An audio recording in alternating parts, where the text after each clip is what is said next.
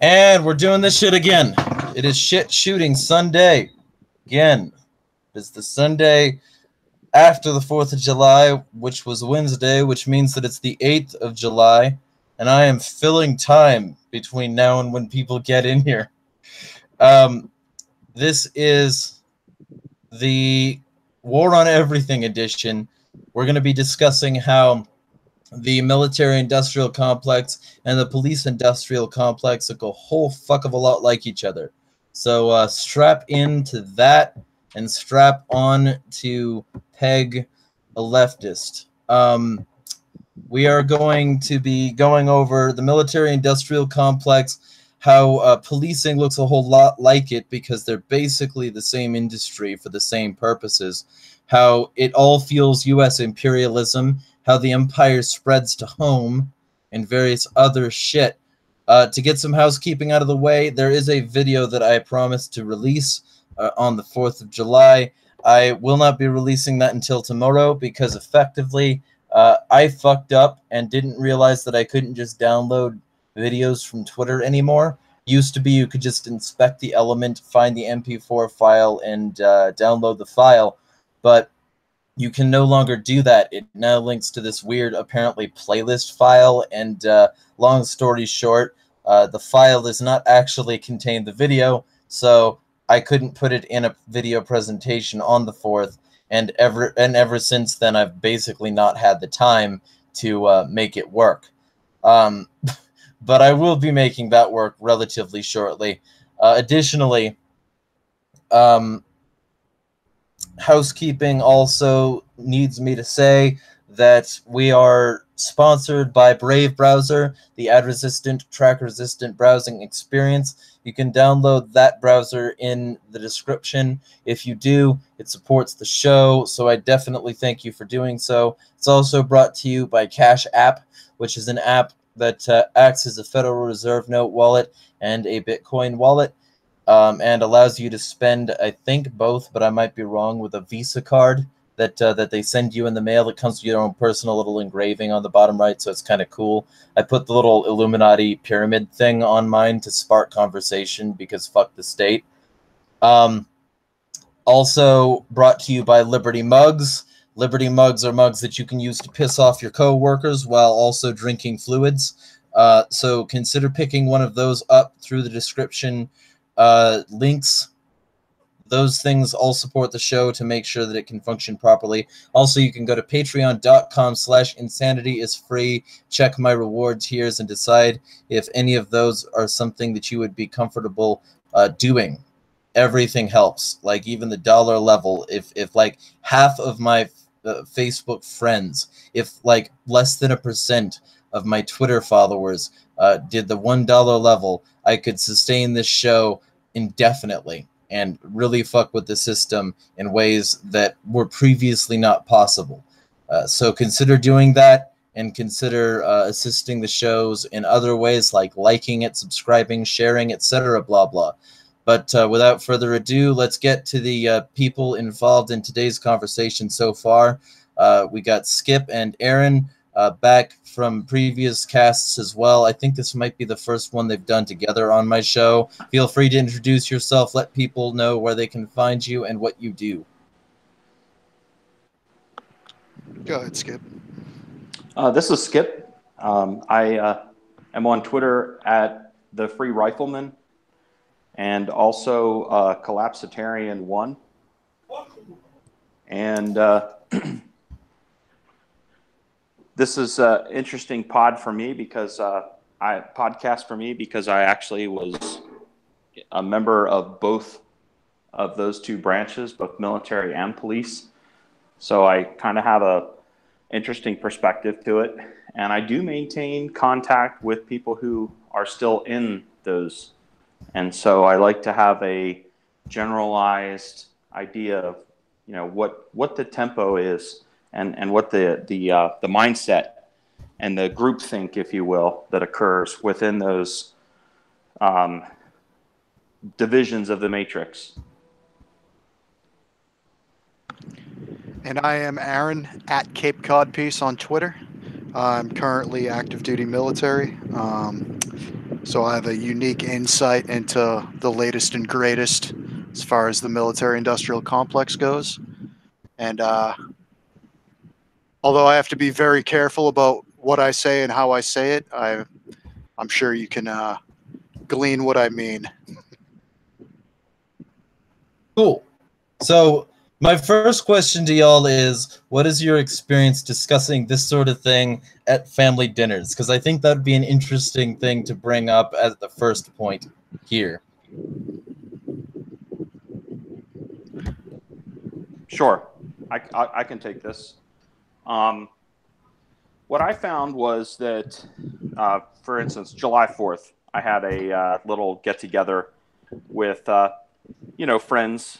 And of course, my friends list is varied in the fact that, they're all pro-gun, but they're varying degrees of pro-liberty. And I think that everybody knows exactly what I mean by that. And so one of my friends, won't call him out by name, said something like, and all these people that are out there protesting Trump just acting like a bunch of damned anarchists. And I had to stop him. I had to. And I said, wait, but wait, you're telling me that they're acting like they don't need leaders and they're acting like they're responsible for their actions? And he was like, no. He's like, they're acting like a bunch of damned anarchists.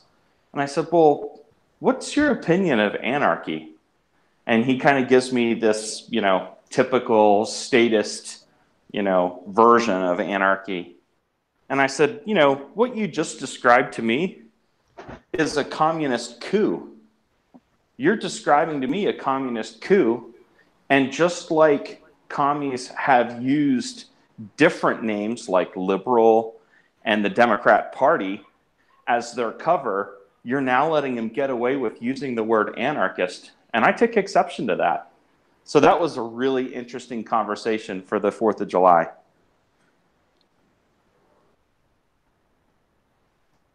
You got something similar, Finian? By the way, Finian, introduce yourself. Let people know who you are and where they can find you before getting into this. And then, let us know your experience discussing U.S. imperialism and police brutality at family get-togethers, I guess would be a good way of putting them. Family get-togethers, huh? Yeah, everybody, I'm mainly on Steemit these days, the same spelling as my name here, @Finian. And I also have a business account on Twitter as LibertyProPI. And I'm a private investigator and residential security expert. The war on everything, huh? I'm not sure what you mean by the family thing. Oh, just like bringing this sort of shit up at family get-togethers and shit. It's just an amusing thing to discuss while people are coming into the broadcast. Well, is my family specifically, most of them have basically disowned me at this point. We can't talk politics. We don't get along. So I'm guessing you've done that before, and it's not ended so well. No, and they know my beliefs because I'm very, of course, public about it on the internet. So, yeah, I'm sure they've pretty much. I'm still connected with some of them, but they probably got me muted, right? The whole keep following but don't see his content thing. Yeah. All right, and how about you, Aaron? You got anything like that? Well, with me, I'm in kind of a unique position in that I can't just come out right and say that I'm an anarchist or a voluntarist or whatever, and I don't believe the state's a legitimate entity. So I kind of have to treat it issue by issue. For instance, last Thanksgiving, it wasn't at a family gathering. I was at my buddy's house, who I work with, and after much alcohol, we obviously started talking politics, and I just ran through the gamut of, okay, tell me a service that you think can't be privatized, or better yet, tell me a service that you can't have that can't be voluntarily funded. And of course, they went through the military, roads, all the normal stuff, and I had to be very careful about overtly criticizing my employer. But I mean, it's the same as any other Twitter conversation you'll see any day. Just the same points, and just, I guess, more subtle and tactful than normal. And a lot of people will agree with you if you put it in terms of, especially dealing with like the more Tea Party Republican-esque people. A lot of them will, at face value, agree with you. They just won't be comfortable with you know, with applying that logic to anything. But Yeah. that's been my experience. Is I have to kind of dance around it, but still be adamant about the ideology that I subscribe to. Yeah. Well, that's a relatively good way of doing it, I think. Yeah, that reminds me of the Peterson Show that I saw last month. He had a 2-hour show in Richmond. My wife and I and a bunch of friends and anarchists and voluntarists from the Richmond and Charlottesville area went and saw him. And throughout his 2-hour talk, he was talking about things like being individually sovereign and having everything voluntary and basically sharing our exact message. And he was getting like standing ovations. And of course, the thought to me was like, most of these people, if you asked them if they believed in voluntarism or anarchism, they would say, oh, heck no, absolutely not. That's crazy. But they were standing up and applauding that guy. And he has the exact same beliefs as us. He just, again, he has to be careful about the way he presents them because, you know, maybe it'll ruin his career. I don't know. But it's disappointing, basically, that people have to hide it. But yeah, you're right. Depending on your circumstance, you kind of have to sometimes. Yeah, when your career's on the line, you can be an anarchist, you can be a voluntarist. You just can't outright identify as one. And I don't know. It's a weird position to be in. My the last time I filled out an SF 86 form, that's the form. It's like a small book actually to get your security clearance. Yep. They had added questions to it of things like, do you support the militia? Yeah. And of course I do, but it's like it depends on your definition of the militia. And yeah, you can't advocate for the violent overthrow of the federal government, but No. if it happened to go away on its own for whatever reason, I certainly wouldn't mind it. So yeah, there's ways around it.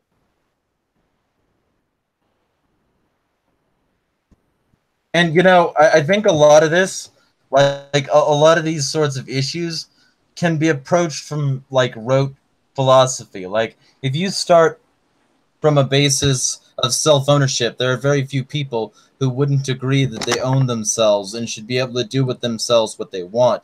They might disagree on the ramifications of making a statement like that, but that's where you can have a really interesting conversation. And that's usually the premise that I start off with, especially when I'm with more conservative people. Yeah. Was that about what you were going to say, Skip? Yes, sorry. I thought I had muted, but I actually had unmuted. So yes, I would say the same thing. You know, my way of skating the thin ice that that all of you have just discussed, especially, you know, when it comes to work, is that I'm not exactly quiet about my opinions, and I think that everybody's kind of picked up on that on Twitter. But at the same time, I am careful about the way I word things. And that's part of the reason why I'm really enjoying the collapsitarian movement, because collapse just means that I'm going to applaud when all of this shit flushes itself. Because what it means is that, hey, I didn't do anything to bring this down. You guys did this. There was just too many dependents on a dependent system. And so it's actually, you know, that's my new haven, if you will, for where I feel fairly confident. And so when I'm at work and there's just side conversation of, hey, did you hear about this or did you hear about that? That's always my side comment is, you know, hey, it's just a matter of time, you know, before all this shit just starts flushing itself and completely just clogs up the pipes and everything's going to come to a halt. Well, Yeah. from my experience too, the higher rank somebody is and the more access that they have, the more into preparedness they are, because they're like me, ignorance is not bliss. And the more info you guys have, and the more and people in the system see a lot more info, they have the inside view of it, and they realize like what's coming down the pike and how bad it's going to be. So yeah, the higher rank they are, they tend to be more into preparedness because they are very aware of what's about to happen, and they're not going to get caught sideblinded. They're not going to be sideblinded by it, basically. Which is why they have bunkers under the Denver International Airport. Yeah, on government level, there's a lot of that stuff, but even individual level, like the higher rank they are, they'll have chickens and be completely off grid, and there's no mistake why that's the case, because they have privy to more intel and more info than the average Joe, and they are actually paying attention compared to people who aren't. So even if they had the info, they wouldn't care.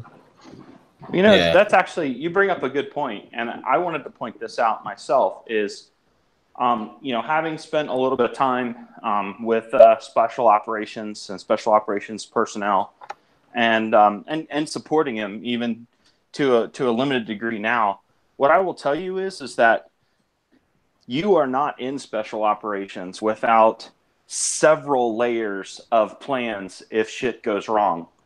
And the more you spend time in that type of environment, the more types of scenarios you start running through your head. And so, I mean, I would never name anybody in particular, but I would tell you that there are quite a few people that I know that have basically talked about the same things that I talked to them about. And they said, you know what, you're absolutely right. We kind of have our own little plan for what, when shit goes wrong. And so, to me, that lends some credence. And the reason I say that is because if they've lost faith in the system, and if you consider them the very, very furthest pointy end of the spear, if they've lost faith in the system, and they're the ones that put their asses on the line probably a lot more, and quite frankly, with much less support than, say, a traditional unit, what I would say is that kind of goes in our favor, in the fact that if the best and the brightest that do the most dangerous jobs are starting to say, you know what, shit looks like it's going to go sideways, I'm going to have my backup plan and my pace plan, as I like to call it, when they start to take on that mindset, and maybe they're not all that quiet about it, to me, that is just showing how illegitimate the existing system is. Yeah, and to get I guess to the meat of what we're discussing here, I want to just float this post I made earlier by y'all and get some reactions. I posted, U.S. cops are militarized to treat citizens like enemy combatants. This creates crime. Same with U.S. troops and terror. So, I don't think I'm too far off there, but I'd love to get y'all's opinions on what I said, or like if you do think I'm just full of shit. Well, it's not surprising when certain police departments have started contracting members of the IDF to train, your regular town cops.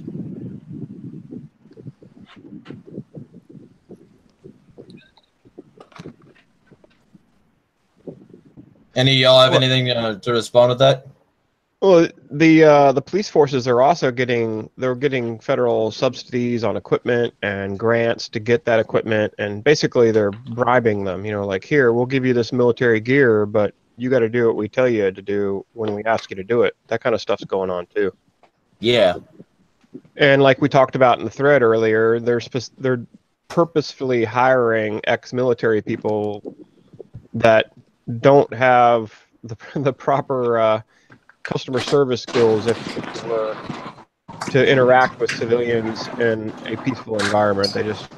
They're used to war zones, and I mean, heck, even I guess it's kind of a contradiction there, because in war zones, the rules of engagement are more strict apparently than they are for police now. Well, But right, those ex-military come here and then they just trample all over people's rights, because I'm sure they're enjoying those more laxed rules of engagement. yeah, I mean, and that's the thing. Like, there was this protest sign, and I'm gonna mangle what the person actually said probably, but she said something similar to, we live in a world where untrained civilians have to remain calm with a gun in their face, but trained police officers can shoot unarmed civilians out of fear for their life.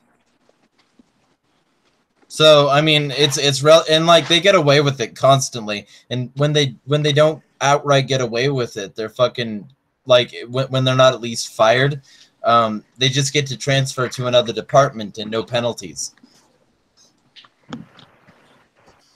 Right, or they do what they did with my half brother, and he gets promoted to SWAT or something. They just move him on to a different slot.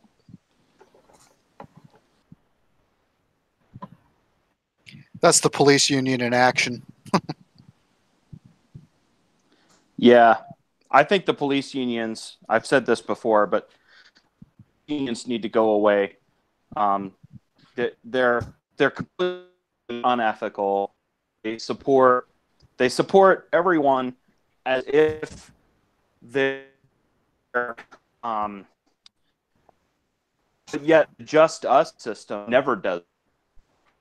And I think that is an interesting dichotomy, is that the unions defend, all the way up until they end up, the investigation comes back and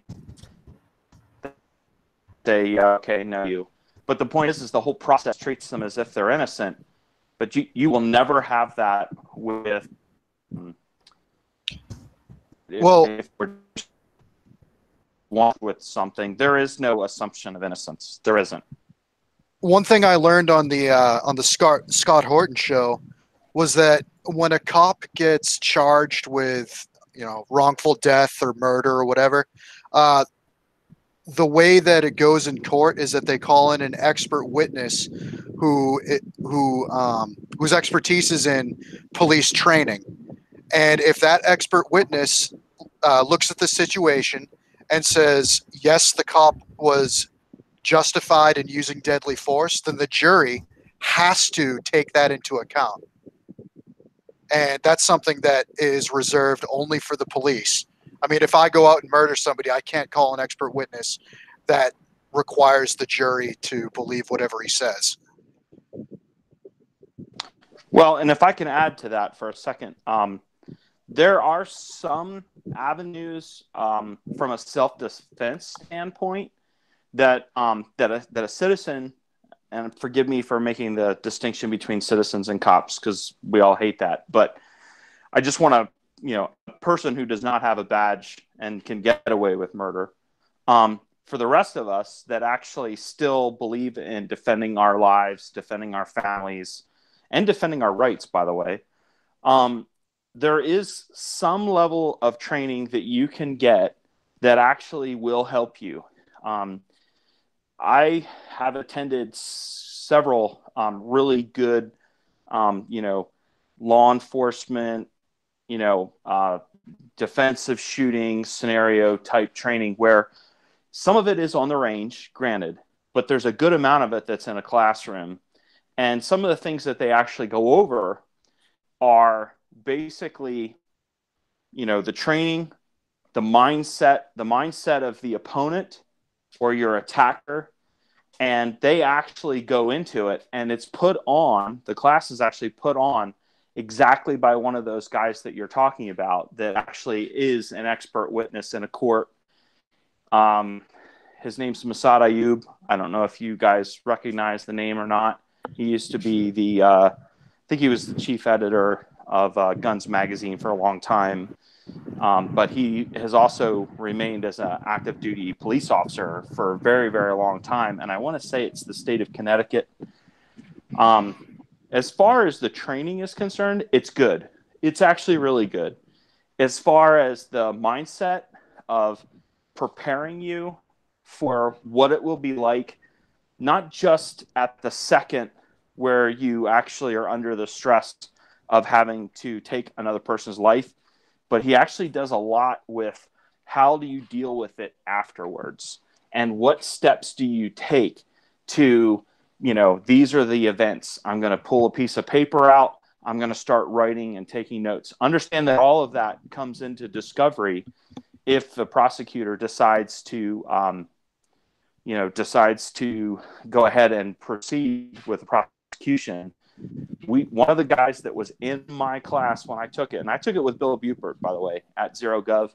We took the class together, and one of the things that they had one of the guys that was involved in what I would consider to be a realistic self-defense scenario, where he had two attackers, and he was trying to prevent them from getting inside his house to go after his wife.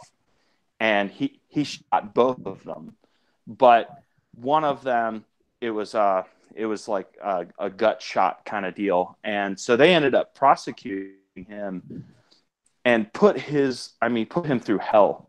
And they tried prosecuting him on several different types of scenarios, because the city of Tucson, first off, is really, really bad. Anybody who has a Rothschild as a mayor, you already know that you're fucked.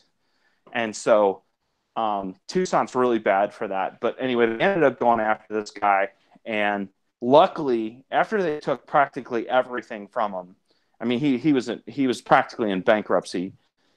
He ended up getting the case dismissed. But it took like 3 different times. They tried trying it 3 different times. And it was a nightmare. The whole thing was a nightmare. And you or I, we probably would have considered this guy to be a good guy. I mean, seriously, if he were any of one of our neighbors, we probably would have said, you know what, we may have a couple differences politically, but you're a good dude. I trust you. And, if you came to my rescue, or if I came to your rescue, we could put all of our differences aside. And so there's a lot of people like that go to these types of classes. And so, I just want to say that, sometimes that level of training is not only good for the muscle memory and your confidence in knowing how you would handle a situation, but the school or the classroom work that we did in when is it an okay time to shoot versus when it isn't. And this guy, having as much experience as he has, because I want to say he's like nearing 70, he's been in and out of the court system, and he has some really good pearls of wisdom. Like, one of them was, take every bit of training that you've ever had, all the certificates, everything from all the different classes that you've done, you take it and you mail it to yourself, and then you don't open the mail, and you take it and you send it to either your lawyer or somebody that could, if you had to make a phone call from prison, could take this and make sure that it got to whoever was going to be your defense attorney. And the reason being is that all of your training is now called in as evidence in your defense, because it helps set your frame of mind. This is what you did. This is what you did exactly what you were trained to do. We're looking at all your training materials. They can call the different types of training that you did into play, which means the jury has to hear what you were trained to do. And the jury's like, well, he actually did exactly what he was trained to do. So, he responded according to his training, and so that is I just don't want to spend too much time on it, but I just want to say, for anybody who's listening who says, there's no chance that, there's some chance that you may actually get someone who, you take this course, it's Masada Ayub Group. There's a MAG 20, which is just the legal aspect. There's a MAG 40, which is the legal and the firearms training. And then there's a MAG 80, which is the extended. and it goes, past pistol and goes into rifle and shotgun and stuff like that. But the courses are actually really good. They're expensive, but they're worth it. So anyway, don't want to plug too much for Mossad Ayub because he is a statist bastard. But at the end of the day, the training is good. Well, along those lines, I recommend everybody, like, I carry a gun almost every day of my life. When I'm in my house, I carry a gun. When I take a shower, there's a gun. I have a gun everywhere I pretty much go, unless I'm forcibly disarmed because of, X reasons. My employer won't let me have it, that kind of thing. If you're that type of person though, and even if you only have a rare occasion when you're around a gun, I still recommend that you get a lawyer retainer set up. And basically I go through, in Virginia, it's called United Self-Defense Law Firm. And Cuccinelli, which is like a former governor, he's a lawyer, of course. He wouldn't have become a politician if he wasn't, right? Like most of them are. But he set this up, and it cost me $175 a year. And if I am in any type of shooting, even if it includes the police, with me on one side, them on the other, they defend me without charge. So that's something people should definitely be looking into, because for a couple $100 a year, it's worth it in case you have to have your gun used in a self-defense situation, because you'll go bankrupt defending yourself. The court will come after you. It doesn't matter what state it is. So definitely, if you're going to have a gun and you're going to be a type of person that might actually end up using it to defend yourself, make sure you've got that legal defense fund set up, because it's well worth the money. Yeah, I agree. The court's whole objective is to bankrupt anyone that's accused of a crime. I mean, literally, that is their objective. So the ability to stay out of court, begins with the initial interaction between you and whoever the first responders are in a shooting, and how that plays out is going to be probably the direction that the prosecutor is going to end up going with. So, if you're a dickhead and, you spout all kinds of anarchist bullshit in the ear of the cop when they show up after there's been a self-defense shooting, I'm sorry, but probably expect it to go in a more expensive route. And so, that's just something I want to, put out there is, demonstrating to whoever the responders are that you have a full knowledge of the law, full knowledge of, your training, and that you did exactly as you were trained because, there was a threat, you feared for your life, you feared for the life of your family members. That right there, I hate to say it, but, every cop can kill a dog over that. You should certainly be able to use that for your reasoning in self-defense. And I only say in a real self-defense scenario. You don't just, go start looking for people. I mean, we make jokes about, commies and helicopters, but at the end of the day, it's only when your life is threatened that you're justified. And that is exactly what the NAP teaches. And so I actually subscribe to that. Well, and a lot of states are like Virginia too. If you initiate or start the fight, you'll be held legally accountable. So like if I start a fight with you and I end up shooting and killing you, that's very bad for me. Super bad. You better be the defender and you better not be the initial aggressor. Put it that way. And I know Virginia is not alone with that type of law.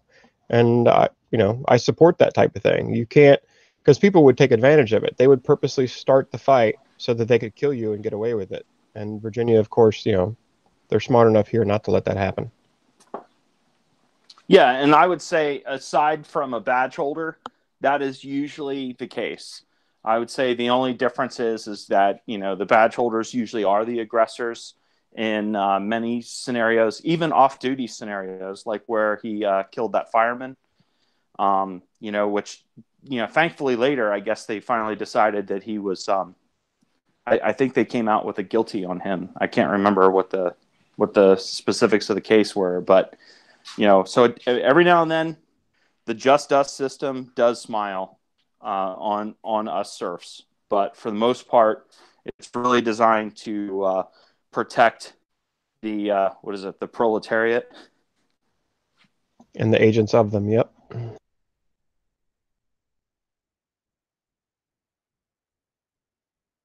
Yeah, actually, there's a girl recently that was trying to trap me in this. Like, I had a bunch of people coming after me, like leaving negative reviews for the PI company, and in PM, she's like, "Well, aren't you for liberty?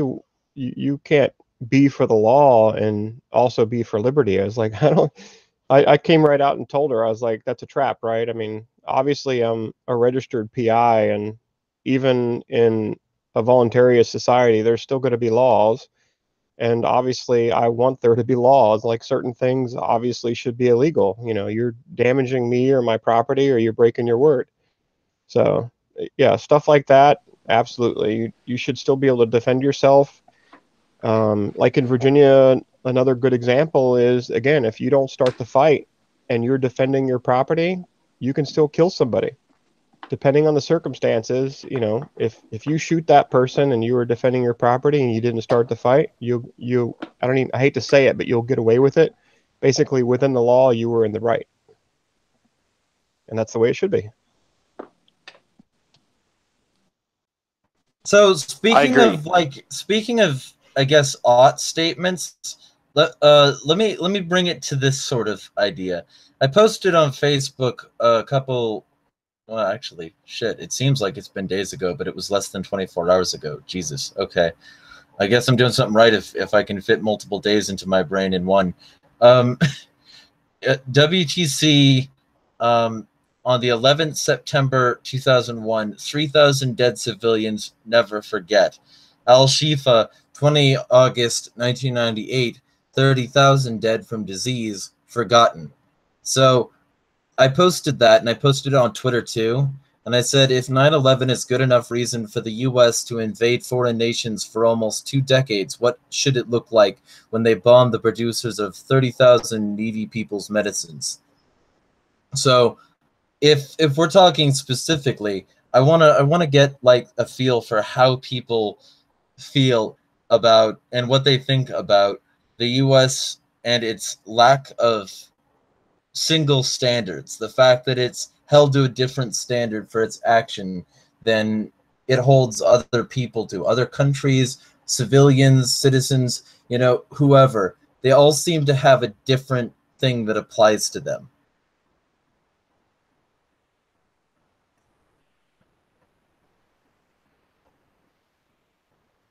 The empire can never do any evil, right? Everything it does is right.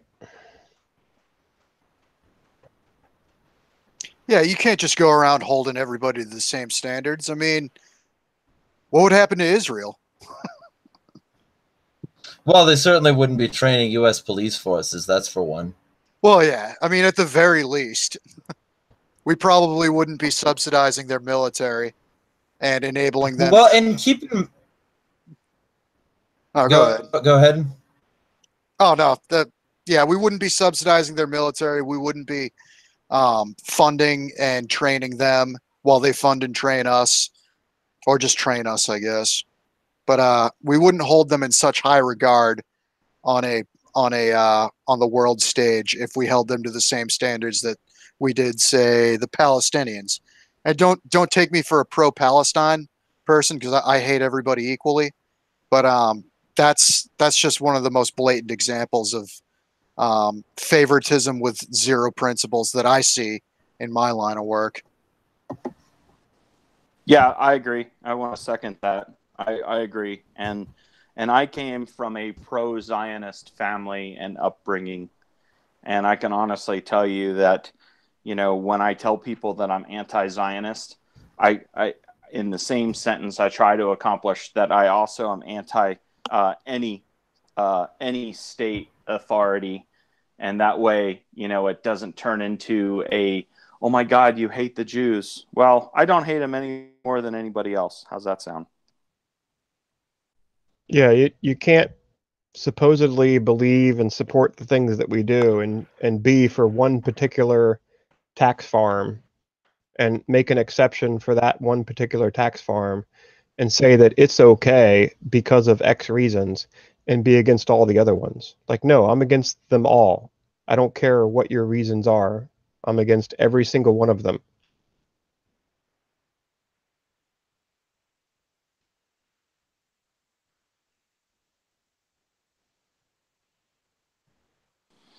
So, Jeremiah, you were wanting to get into some of the parallels between the military-industrial complex and what would we call it?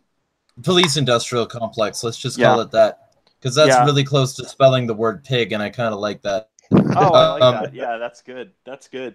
Bill has a really, if I can quote Bill from @0gov. Yeah, go for it. He does a really good one where he basically says that everything that the military-industrial complex points at anyone else, expect it to come home to roost by way of the police state. And that's exactly right, because if you think about it, you know, practically all the equipment that the police forces get is something that's been combat proven when we go and invade and take other people's things. And it's all surplus. It's surplus. And not to mention, you know, about half the police force are all veterans that, you know, basically bring back the same mindset. That was one of the main concerns I had when I watched our invasion in Iraq.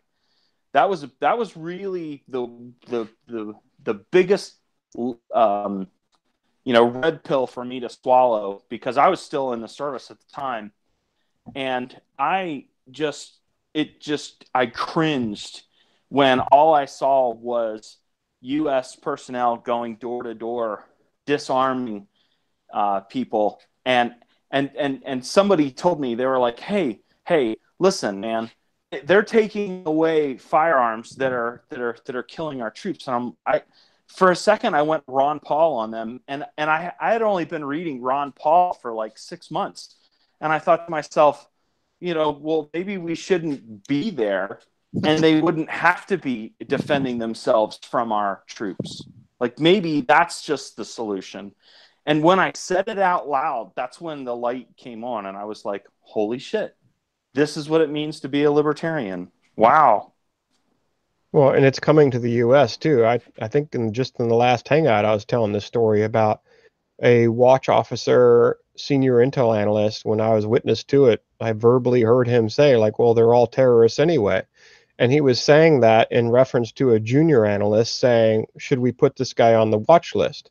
And the only reason why he was asking if they should or not is because he had a lot of extra supplies in his basement. He didn't have bombs. He didn't have anything, you know, considered contraband. He just had a lot of supplies. He was a prepper, but he was in Afghanistan or Iraq. And just for that simple reason that he had those extra supplies, they put him on a watch list. And that kind of stuff is coming to the United States. I mean, we already have drones being used to kill Americans on foreign soil. How much of a stretch is it to use drones to kill Americans on American soil? I don't think it is at this point. I don't think it's much of a stretch at all. No, in the interim, what we have going on right now with this immigration debate is only going to help the DHS, which I personally think the DHS is going to be the catalyst to anything to do with tyranny. But you'll have people begging for DHS checkpoints, you know, whether it's 50 miles, 100 miles away from the border. And that's what I bring up to people all the time is like, okay, you can have strong border enforcement, but do you want to go through a checkpoint on the end of your street every time you want to go to and from work? And they're like, no, that's not it. And like most people would agree that that's a bad thing, but they can't conceptualize what border enforcement actually entails and what a department like, or what an entity like the DHS with basically unlimited funding needs to do to satisfy what border enforcement means to the population. Go ahead. Or two things then. First off, I wanted to read something that came across my timeline like maybe 10 minutes after this thing started. It's something Sarcasm and Liberty posted, which you know, if y'all haven't subscribed to him on YouTube, feel free to do so. It's written by somebody on Twitter named Anti-War Poet, and it's called 4R Records. And it's have you reported all your profit, or is your leash too long? Do you have the proper papers to travel from here to there? Do you have anything to declare? You know honesty is the best policy. Besides, you know we'll know when you're lying. Hiding would be an admission, guilty by omission. Remember to tell us when you change addresses. After all, the law is the law, and freedom isn't free. There's a fee, and a fine if you don't pay the fee. Take heed, and there will be no trouble. Save every proof of compliance, and keep your licenses up to date, mate. So I thought that that was pretty good for what we were discussing here, so... Well, and it reminds me of the latest news article, too, where the IRS is now revoking people's passports if they owe taxes. Oh, yeah. And their citizenship is at risk to begin with. Well, and that was my follow-up. The second point is Trump, which it wouldn't matter what puppet was in office. They're looking at ways to remove people's citizenships depending on, you know, what they believe in and stuff. Like us. Oh yeah, I remember back when he first got elected, there's all kinds of people saying that flag burners should lose their citizenship and all that. And granted, it's died down, but it's just the point of it is absolutely insane. And I don't put much stock in citizenship to begin with. It basically means that you're a tax cow. But they are going to go after that, though. They're going to take people exactly like us and say, you know what? Your political beliefs don't match with our fascism, and you're no longer a citizen. GTFO, and by the way, all your property you can't take with you. Yeah, I'm not surprised. I mean, we're all on fucking watch lists and in databases to begin with. So having said that, it's not too hard to transition into, you know, putting that to use. Yeah, and speaking of that, I mean, I don't think people fully understand the consequences behind what I said earlier. I mean, what was it, 2 or 3 presidential offices earlier, they were killing American citizens with drones. Like, hello, they're killing American citizens with drones.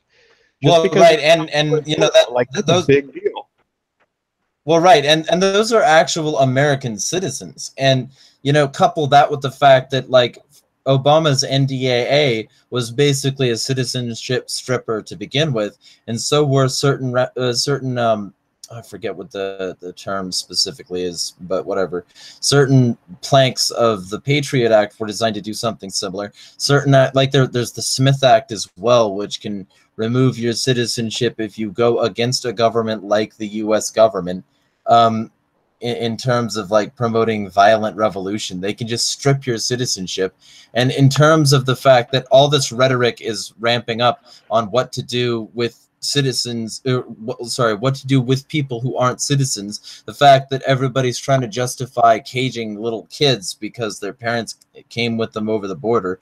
The fact is that this is just a really good excuse to dehumanize people and treat them in truly awful ways if they don't basically knuckle under the U.S. policy. So I'd like to get y'all's responses to that, but before I do, Lupinit, why don't you introduce yourself, let people know where they can find you, who you are, and what you do. Hey everybody, I'm Lupinite. I can be found on Minds and Discord as Lupinite, and on Steemit as Anarchic Wolf. I tend to write a lot of stuff about logic and reality, and also have quite an in-depth understanding of the online advertising industry. And I wanted to quickly circle back onto something. What is DHS actually responsible for? Because Homeland Security just seems a bit like basically countrywide police force times infinity. So do you remember Obama's speech when he was saying we needed a local police force just as strong and just as powerful as the military? That's what DHS is being turned into. What was it originally supposed to be? Aaron? Say again? Yeah, what was it originally supposed to be? That was security in the homeland, basically. Yeah, the equivalent of a military force on American soil. They have things like immigration and customs enforcement, customs and border patrol, federal emergency management, some cyber defense stuff. So where's ICE sit in this? Where's what? Where's ICE sit in this? They're part of the DHS. Oh, okay. Yeah, so basically what they did is they took a lot of different lower level echelons, different agencies, and they put them under the head of DHS. And of course, they did it on purpose because the whole objective was to redefine it and give it more power. And Yeah, fund centralize and increase the Yeah. control. Yeah. Yep. It really, it's like we're not far off from having a separate, like a brown shirts equivalent of a military force in the United States that has a separate standard under the law. They're just as strong as the U.S. military, and of course, our rights don't matter. They do whatever the hell they want. Yeah, if you look at all the people, all the videos online of people going through citizenship checkpoints, that's all interactions with the DHS, and they do not take kindly to any type of defiance. They will make it as difficult as possible and as inconvenient as possible for you to exercise your rights. Yeah, when you've got the 90-mile or 100-mile, basically non-freedom of movement limit all the way around all of the borders of the U.S. And so what that means is the checkpoints and all of that. It's actually kind of funny, though, because, and maybe I just don't look like the person they're looking for, but when I roll up to one, they look and they're like, and they wave their hand. They usually don't even say anything to me. And when I was watching, there was I think there was like a youth pastor from Phoenix that was going through, and he just kept getting more and more irritated with it. And finally, he just decided, I'm going to become an activist. And he started this resistance movement every time he went through these checkpoints. And I think it was like between San Diego and Phoenix, but it might have been coming back through Texas, because they have them down in Texas a lot, especially along I-10. But they ended up eventually, breaking the window and dragging them out and tasing them. And honestly, at that point, they're irritated enough that, they're actually going to hurt you. Like, they'll tell you, if we have to break this window and pull you out, you are going to get injured. And I mean, they're telling you. And so if you think about it from a like a social engineering perspective, they're basically reconditioning Americans into saying that they don't really have a right to resist anything anymore. And it's a slow process, but it's been going on for a very long time, to where, people, I would say the majority of Americans look at Waco or look at Ruby Ridge and say, well, you shouldn't have done that, and that wouldn't have happened to you. Well, you shouldn't have had a church with guns in it, and then, that wouldn't have happened to you. And so that's what happens over a course of, years of conditioning that has happened, that's occurred. And I would tell you that victim blaming. Yeah, and I would expect that, we probably have a lot more of that in the future. And DHS is, Department of Homeland Security. I don't use that term like when I'm just in, because remember, it's about getting the power of language back. And so, when we use the word statist, that's us basically getting some of our language back, because there are people who subscribe to the state being the almighty. And so, I refer them as the fatherland security. And every now and then, people were like, well, what is the fatherland security? And I'm like, oh, well, and then you can kind of go into the National Socialist Party and some of the fun things that they did. And it maybe that parallel kind of sticks in their mind, because remember that we're judged by public opinion, not just by the just us system. And the public opinion in some cases almost more important, sort of like what happened with the Bundy Ranch. The public opinion was just as important, if not more so, than what the actual court system decided. And so I just want to put that out there, especially for people who want to be activists.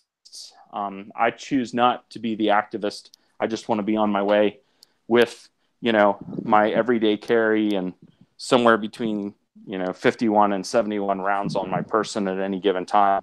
And so I'm not looking for trouble. If it finds me, that's prepared. Different. Right. Well, exactly. That's my line in the Stone collapse. If you move against my military style weapons and people start dying, I'm public about that too. If you try to disarm me and take my military style weapons, then a hot revolution is going to start. And I know I'm one of millions of people. So yeah, there is a certain line in the Stone that they can or can't cross. And it's one of the questions that keeps me up at night. Like, how are they going to disarm us and get away with what they're trying to do? Because it's not going to be easy. Like, some major thing would have to happen. And then still, I don't see how they could disarm us without a hot revolution. Because I will not give up my military style weapons. As long as the cops have military style weapons, I'm going to have military style weapons. And even if they didn't, I would still have them. I agree. And what I would tell you is that, and this, I kind of went into this the last time that we talked, but, basically, I'm calling for an arms race. I'm calling for an arms race. Every step of militarization that the police state or the police, the police industrial, what do we call it? Because it's PIG. What was the acronym? Police and government. What acronym? Well, no, it was close enough to PIG. It's PIC, Police Industrial Complex. Yeah, maybe it's like too you bad could we also can't come up with. Yeah, it'd be nice if we could make a PIG acronym for that. That would be good. You could just take that and make a sister acronym for like pigs and crap. Right, exactly. Yeah. So, but anyway, I am actively calling for and promoting an arms race between the citizenry, American citizenry, and I hate using the word citizen because unfortunately it's it carries such Romanesque and it carries such Romanesque meaning anymore, because if somehow you don't have any rights if you're not an American citizen, you don't have any rights, even though when we talk about rights being endowed by our Creator, it could only be the American Creator. It couldn't be creators that created anybody else, So that's just my little side ploy of discussion. But going back to the arms race, I think that's the only answer, and that means that unfortunately that means that we have to pay for their weapons and our own weapons, which really sucks. So unless you're an agorist and you figured out a way to completely skirt, all taxes, which I commend you, that's awesome. But if you happen to be a person who is still in the coercion tax cow on a feedlot, category like me, then unfortunately you're paying for their weapons and your weapons. And so that's why I have side hustles to make money, because I'm constantly looking for ways to fund things in the gray market, the gray market economy, where I can basically try to keep some level of parity. And I will tell you too that the 3% movement, and I'm not trying to plug the 3% movement here, but the 3% movement, the one thing that's interesting in that movement is that if nothing else, it puts in the back of the mind the door kickers to where, okay, so why are we going after this guy again? Because, they're briefed on, okay, this is the bad guy that we're going in and this is what we're getting. And I know that Bill would probably disagree with me on this.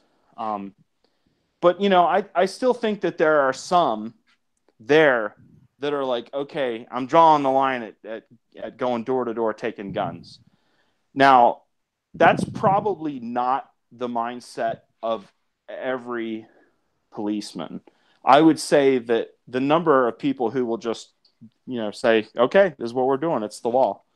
But I do think that we would see a loss in the force, or they would start talking to the other guys and saying, hey, wait, no, this is not cool. I mean, we all have guns at home. Like, at what point is this going to affect us down the road? And so I would like to think that would occur. Bill would tell me that's not going to occur. And we have a disagreement on that, and that's okay. But I do know people in the police force that right now they do exactly what they're told, and they do enforce malum prohibitum laws, which I do tell them that, there's a difference, and that when they enforce malum prohibitum law, they're a tyrant. And when they enforce malum in se law, then they're a protector, and that's the difference. And so, well, what I would say is that 3% movement, as sickening as it is to see the blue line and then the "Don't Tread on Me" flag on the same vehicle or in the back window, the one thing I do like is the fact that at least they're saying, yeah, at some point they're not going to take my guns. I don't know what that point is because I haven't really drawn that line out in the sand, and maybe I won't draw the line out at all, and I'll just let it creep up on me. But at some point, it means that they're thinking about it, and maybe that's good. Maybe that's the best thing. That's what happened in Connecticut. They tried to disarm a bunch of people, and when they went through the list of people that weren't complying, they realized that a vast majority of them were law enforcement officers. And they're like, oh, shit, we can't do this, can we? They had a 3% compliance rate when they banned assault weapons. And first off, we do have somebody new on the show. Well, not new on the show, but new on this episode. So I'll let them introduce themselves after this. But we have a comment on Facebook. It says, it's from Theodore Lee. Cops must create criminals. They do this to justify their paychecks. In order to justify ever-increasing pay raises and the need for ever more expensive equipment, police must increase the number of crimes in a given jurisdiction. Yes, police commit crimes and create criminals for money. History has shown, even recently, that when public policing is replaced by private policing, a given community can expect an immediate decrease in criminal activity in their jurisdiction of more than 60%, and over time, a decrease of more than 90%, as the legacy of criminal drug activity created by the former publicly financed police forces comes to a close. So I would like to see some statistics on that, and I'm going to give him a comment here asking him to send a link so that I can read some of the stuff on the show. And make it seem like, because I believe that's probably true, but I got to be covering my bases. But it's interesting to bring that sort of thing up, and I'd like to get y'all's perspective on cops creating the problems that they claim to solve. Very shortly after we get Jonathan to introduce himself, let people know where people can find him, what he does, and who he is. Thanks for that introduction, bro. Can you guys hear me all right? Mic check. Everybody hear me? Okay. I'm clear. All right, cool. My name is Jonathan Picone. I have a YouTube channel, which is Jonathan Picone. And you can catch me on vk.com.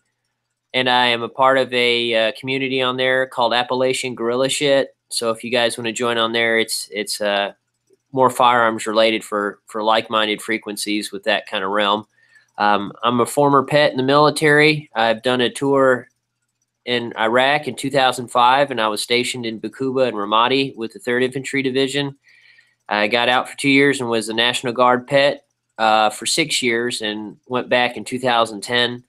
A lot of the guys in the Tennessee National Guard unit were part of martial law that I went with prior to my enlistment in the Guard in Katrina. So I just think it's ironic that we were talking about this, and I wanted to add a few things, if you guys are okay with that, about my experience with that realm and things that will be implemented on our soil, if not already has been, if that's cool. Yeah, absolutely. That's what this show is for. Like we get like the core topic, and then I want as much meat on those bones as possible, as long as it takes to discuss. So feel free to give your perspective here. All right, gentlemen, we can all agree that disarming Americans and martial law and police force has already happened, and quite successfully in Katrina. If all of us could probably agree on that, correct? They did a pretty good job, yes. And we had some, right, and we had some military members. Yeah, if I could find that YouTube link, it was a National Guard unit that said it was unconstitutional, and a whole platoon with their company commander said, yeah, you're right, we're not doing this. Do you guys remember that? And then they had contractors do it instead, if I remember correctly.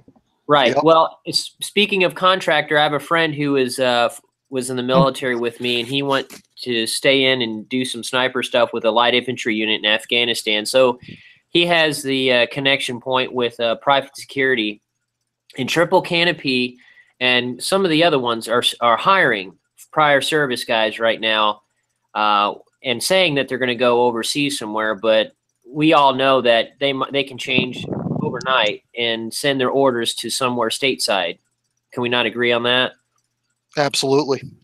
Right. So, though I won't do that because there's no honor, especially with some flag. That flag is illusionary. You know, it's an illusion anyways.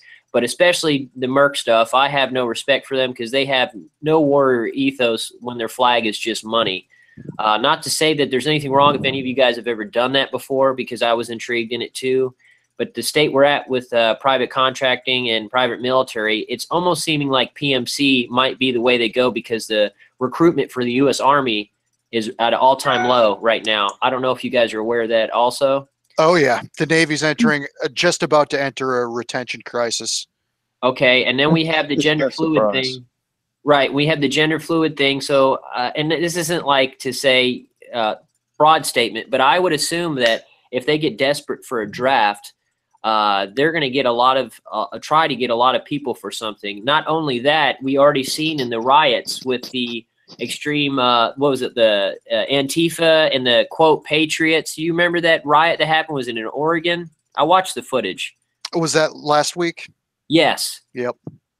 Did you Yeah, notice? I think it was in Portland. Yeah. Okay. Did you I'm guys not aware notice of what? this one. Did you guys not notice what the police were doing? What their force of action was? I'm in disarm- Charlottesville, Virginia, and they stand down. They just let people shoot at each other and run them over with cars. And That's what they did in the London riots as well. As they basically, for the most part, they knew they couldn't control the situation properly, and they were present. But most, from experience of watching the news, and through living through one London riot, the majority of people aren't involved. Those that are involved are basically usually heavily networked. So in London, they used BlackBerry Messenger to coordinate all of the attacks that the rioters did. And the police, really, honestly, you can review footage of it, they were barely present. When they are trying to provoke something in Britain, at least, they don't shoot at the crowd or anything. They kettle the crowd to make it more violent, and then they can crack down on the protests. Now, Well, that's usually done to drive peaceful protesters into rioting. Well, I think the U.S. police were very successful, Lupe, because if you notice, no one was focusing, left or right, who were protesting, were focusing any of their aggression or anger on them. They were like the custodians, the parents, to clean up everything. At the risk of sounding like an asshole, I do want to say, maybe that's the one thing that I would actually applaud the government, is when it does nothing. I know that sounds terrible, but, if you have a bunch of people that want to go out into the street and kill each other, I know this sounds terrible, but I'm a fan of Darwin, And I think maybe that's exactly what should happen. I know that sounds... Don't get it twisted. That was the rules of engagement. They already knew their ramp procedure before they even stepped outside the wire. They could change at a moment's notice, too. They were just following their orders. Well, sure. No, I understand. I mean, I thought it was pretty entertaining to watch that one dude, like, knock that Antifa dude the fuck out. Wouldn't you like to see both of them punching the police, though? Yeah, that's... Oh, man. This election coming up is going to be absolutely amazing.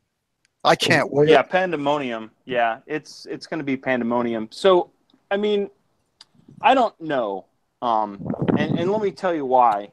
Is because I think it's stupid to go out into a street with thousands of other people and then go toe-to-toe with people that have on themselves, on their persons, 9 different ways to kill you, and then somehow think that you're not going to end up dead. I'm sorry, but I think that's idiocy. And so I wouldn't want to see them punching cops. If they really wanted to do anything, they would be sitting in their garages running their reloading press like I am right now. Well, it's not... Go ahead, man. This gets back to what I've been saying a lot lately on social media, and the fact of the matter is the next war on American soil is going to be fought between 2 groups of collectivists, and one of them's going to win. That's the future that we're looking at. And anybody that values and defends individual liberty, you are in the minority. Neither of those groups is your friend, and you had better prepare for the fact that you're going to be way outnumbered, and they don't give a damn about you. You're just like a little bug, and they're going to flick you off in the middle of that fight. They don't care. And of course, the government and the oligarchs, they have this set up by design. They don't care. They want those 2 groups of collectivists fighting, and in the end, one of them's going to win, and no matter what, the oligarchs in charge win. That's just the way it works. People like us, we're just cannon fodder.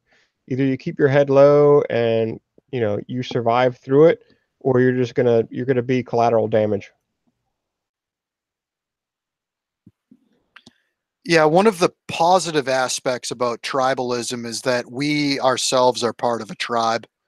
And I mean, I was just talking on the Twitter DM page for Anarchy Ball. It's like, where are we all gonna go when shit collapses? And I immediately said, "Oh, we're going to Skip's house."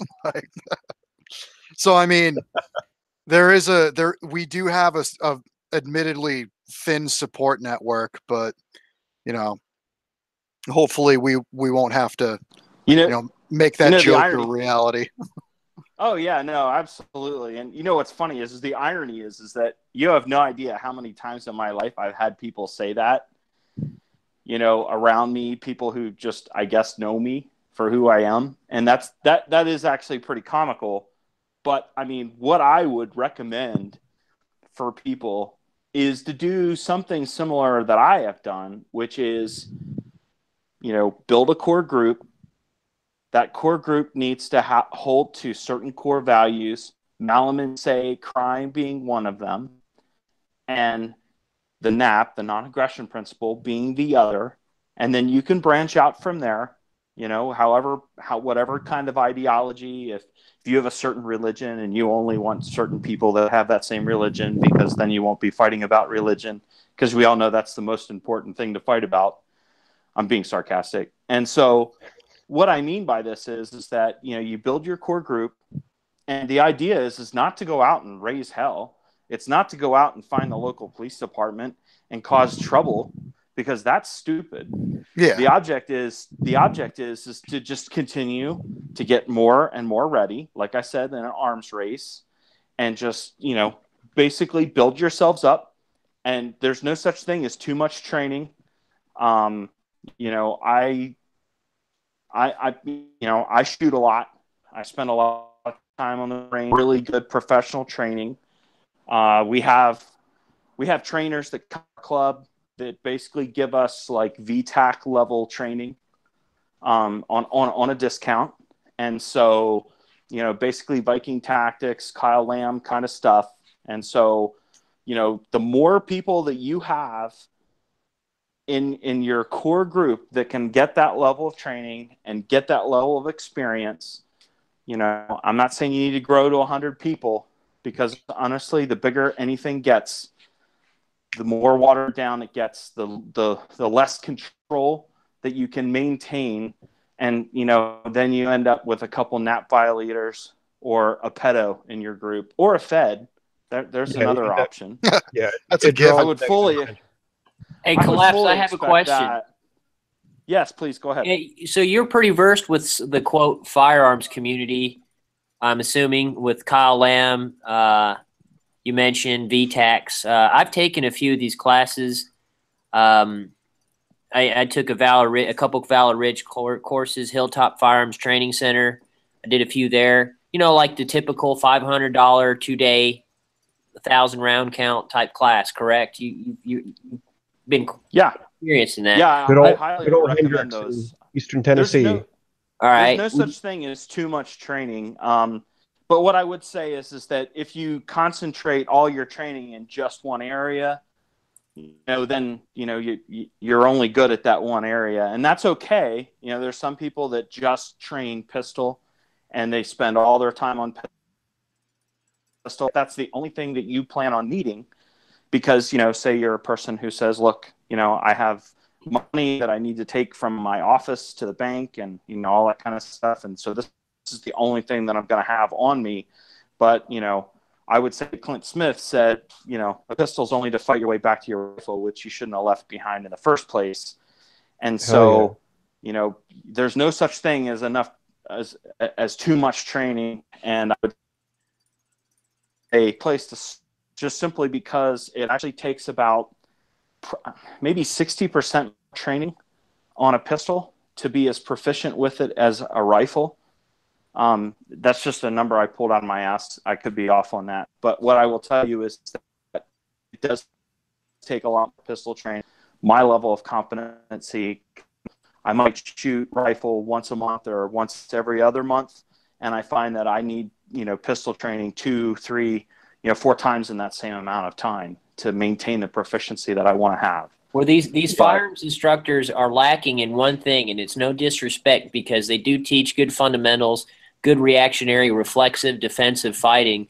But the one thing that a lot of these instructors are not teaching is how to do stuff without shooting your rifle, how to observe, how to do reconnaissance, how to keep a low key, how to blend into the environment, how to watch and observe, because that's where we're going to be at. These people us who are not taking this left-right, you know, like Finian said, there's nothing oriented towards small unit type, just not shooting, trying to refrain, like 19 Delta stuff, scout stuff. And that's really what needs to be taught, you know, like how to stay dry out in the field, how to watch stuff, how to move through the brush or woods without making a noise, you know, how to keep bugs off you at night, how to store your ammo or your water in your ruck, you know. I mean, and I know that sounds like it's extreme, but I mean, if we get to a point where we have to egress and you link up with your boys out wherever it may be, you're going to have to know how to refrain from drawing attention. And everybody's just direct action. Let's just be some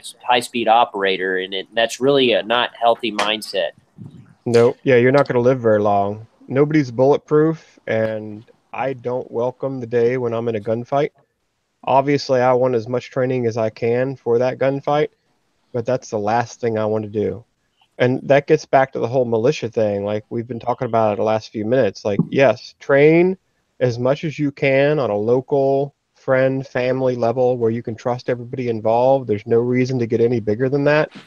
But that's your worst case scenario. I don't want to get in a gunfight. But if they try to disarm me, that's what's going to happen. I will not be disarmed. I will not be like people in Nicaragua right now where they're using rocks against military forces with rifles and they're being slaughtered because of it. I won't be that type of person.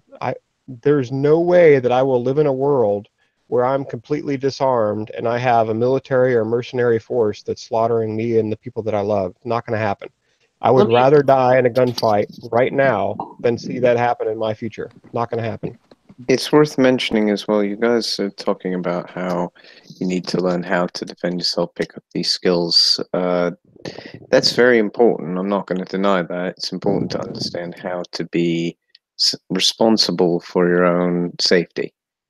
However, at the same time, there's a bigger problem that is an information war, effectively, that's been going on for decades and has multiple layers that need to be dealt with.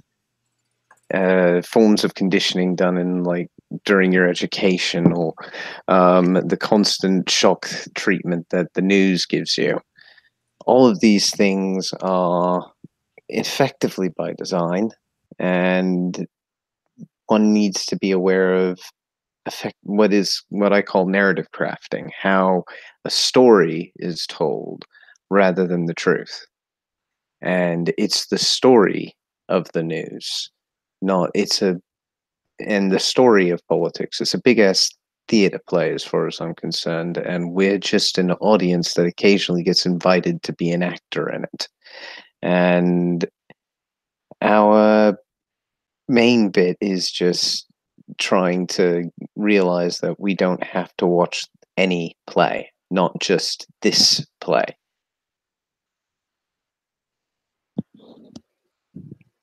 But it sure is entertaining. Oh, it can be. Don't get me wrong. The current installment is really, really creating a lot of great content. It's amazing how much activity it's generating. Yeah, like after last week, I was like, oh, it's time to re-download my Periscope app so I can, see Tim Pool or whoever, or even Lauren Southern, just get right in the middle of it and possibly get punched in the face, or just see other people, just see like nationalists versus commies versus. Or in this case, Instagram TV is coming out. So. Oh yeah, I can't wait. Hey, Collapse, I had a question, brother. Yeah, go ahead. I will say this. We're all on here speaking our voice or using our voice, trying to spread that message of true freedom and awareness. My question... Hey, Skip, mind turning off your table saw? No, it was my drill press. I'm making a holster. Go ahead. Gotcha. I'm well aware that all of you guys have great courage to come on here to try to change things for the better. We're all trying to use our voice and bring a network of communications and intel to other like-minded human beings. But the thing is that upsets me is that some of these firearms instructors have armed, willing, and have a little bit of spark of some know-how of what's going on, but yet they don't do what we're doing. And I'm not saying what it is wrong, but it is bad for business for them. Because if they do, they could go look too extremist and nothing will manifest. It goes for all these gun YouTube channels too. They could really be speaking truth on what's going on here, but yet it's bad for business. And they have, I don't know, I forget the word I'm trying to use. If they have leverage to be able to get these people to really snap out of their slumber, but yet it's still it's still just a show. It's still a cartoon, There's a lot of people right now. I would say for war, though. The two. Go ahead. Go ahead. Well, I was going to say the two that come. It's a Look, stop sign. There's a lot of people right now. There's a lot of people right now that are preparing for civil war. Somebody in chat was saying they don't think it's going to come to that. Even those firearm trainers, they're in that business because when they're sitting around the fire at night and a couple of drinks later and they're talking to their students, all those students are talking about the same thing we're talking about right now. They see what's my coming. favorite time. Yeah, they know what's coming, and they're there because they're concerned about it. I talked to my wife about this. I often wonder if this is the way the early American colonialists felt before the fire, the shots started being fired and the British came to disarm the militias and hang their leaders, because that really is the step that we're at right now. And there's a lot of people preparing for it. They see what's coming and they're like, holy shit, I'm going to get as much training and be prepared as I can because I know what's coming. And that's where we're at. It's an unfortunate situation, but like other people in the past have said, if there has to be a fight, I would rather fight it than have my children fight it. And I would rather die than have my children fight. I'm there. I'm ready to do it. on that level, like I got into a conversation with somebody, and I'm gonna read one of the links because Theodore sent me a link to support his claim. I was involved in a conversation earlier today with somebody named Vin Armani, which, Vin, if you decide you want to come on the show to defend yourself against this thing, whatever, you're welcome to. But essentially, the guy said that that I was going to basically die, like, and be on my deathbed and realize I wasted all my energy worrying about an impending tyranny that never will have come. And I think that that's some of the most arrogant thinking possible, because, I mean, even if you don't ascribe to the Bilderberg, conspiracy, which I definitely do, even if you don't ascribe to all these truth-seeking sort of mentalities, which I definitely do,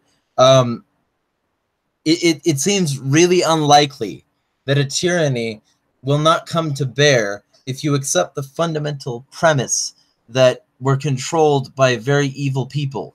That the entire control structure is designed to enslave people for profit. It seems very unlikely that these people, which worship tenets like the ones on the Georgia Guidestone about keeping people at a population in harmony with the earth and shit like that. It seems very, very arrogant to assume that this won't come to a head in some form of tyranny. So I would advise everybody think of things as though they were going to end up that way, because at the very worst, you'll be very prepared for something that doesn't end up happening, and might be one of the reasons it fucking doesn't. Because the deterrence factor for the average person owning enough to stand up against the system as it stands, alone against that system cracking down, is huge. The fact that the average person, if they chose to arm up, if they chose to learn how to defend themselves properly, and if they grouped up with a bunch of other people who did the same, that fact alone might prevent this sort of thing that I'm seeing coming. But that would have to happen on a mass scale to the level where the government wouldn't just be able to come around and track down patriots who have been known to say what they've said, very publicly, and just gank them all. So I would advise that at the very least you could prevent the revolution from needing to happen. I agree. It is possible to prevent it. I don't think it is an inevitability. I do, but I'm an asshole. Yeah, I know. But it's not that, though. It's the fact that if people are taught how to basically... If people are taught how people can manipulate them, it's a very good way of learning how to avoid being manipulated by things like the news. So understanding what the Overton window is, for example, is a very good way of understanding how news can shift over time to cover only one set of ideals once it becomes fully biased into one set of ideals. And those kinds of concepts are rampant in the States. You've got all sorts of different companies with different windows, basically, to look over. And Fox sticks to the conservative side, anybody who's very pro-Christian, whereas NBC, CNN, they tend to go towards anybody who thinks fuck Trump. So those are the two basic benchmarks at the moment, either pro-Trump or anti-Trump, and then independent. And I have yet to see, by the way, just to preface this statement, I have yet to see whether this person's consistent enough to still do what they do well under a Democrat presidency. But I'm very open to seeing whether or not they are willing to do that. But I would like definitely advise everybody, if you want real good anti-Trump stuff, to go to watch some news and some more news on YouTube here. Just sub to that channel, because it's satire of news, but it actually does a relatively good job of providing counterpoints without selling out and without making just dumb jokes at the expense of telling the truth. He definitely seems to have a left-leaning bias, but I think that might be because Trump is the Republican and he's in office. We'll see about that, but I would advise everybody go watch that because it's a good series. But let me get to this story here that Theodore Lee responded with, because I think it's valuable to note what kind of future we could have if we just stepped away from this one. Texas town experiences 61% drop in crime after firing their police department. This is on thefreethoughtproject.com. Sharpston, Texas. Sharpston is a Texas community located just southwest of Houston, and the way they maintain security in this community has gotten our attention. In 2012, they fired their cops. The Sharpston Civic Association then hired Seal Security Solutions, a private firm, to patrol their streets. The statist fearmongers will have you believe that privatizing anything would result in mass chaos and a Mad Max scenarios of warlords and rampant crime, but they are wrong. Since we've been in there, an independent crime study that they've had done indicates we've reduced the crime by 61% in just 20 months, says James Alexander, Director of Operations for SEAL. Government police, despite not acting like it, are still part of the government. This means that any progressive change for the better takes 10 times longer than it would in the private sector, if it happens at all. Government police are not driven by efficiency and threats from liability, as neither one of these things are needed when you have a tax farm to rob when things get tight. Contrary to the government apparatus, private police must be efficient as well as safe, for one small mistake or claim could end their entire operation. If an inefficiency is spotted within the system, changes must be implemented swiftly to avoid the loss of revenue. All right, Aaron's got to get going. Be well, Aaron. I shall see you around, and hope you can come next Sunday. Yeah, thanks a lot, guys. Good night, Aaron. See you around, mate. To get back to the article, contrary to the government apparatus, private police must be efficient as well as safe, for one small mistake or claim could end their entire operation. If an inefficiency is spotted within the system, changes must be implemented swiftly to avoid the loss of revenue. The reason for the success of the SEAL security is they can see a problem and quickly adapt versus trying to spin the rusty cogs of the bureaucratic process. And that is exactly what SEAL did in Sharpston. According to guns.com, Alexander cites the continuous patrol of SEAL's officers in their assigned neighborhoods as opposed to the strategy of intermittent presence that the constable embraced. On a constable patrol contract, it's either a 70-30 or an 80-20, meaning they say they patrol your community 70% of the time, while 30% of the time they use for running calls out of your area or writing reports. He continues, the second thing that drastically reduces the crime is that we do directed patrols, meaning we don't just put an officer out there and say, here, go patrol. We look at recent crime stats and we work off those crime stats. So if we have hot spots in those areas, say for that month, we focus and concentrate our efforts around those hot spots. Another aspect, and possibly the most important, that sets privatized police apart from agents of the state is they have a negative incentive to initiate force. Force and violence are vastly more expensive than today's police lead us to believe.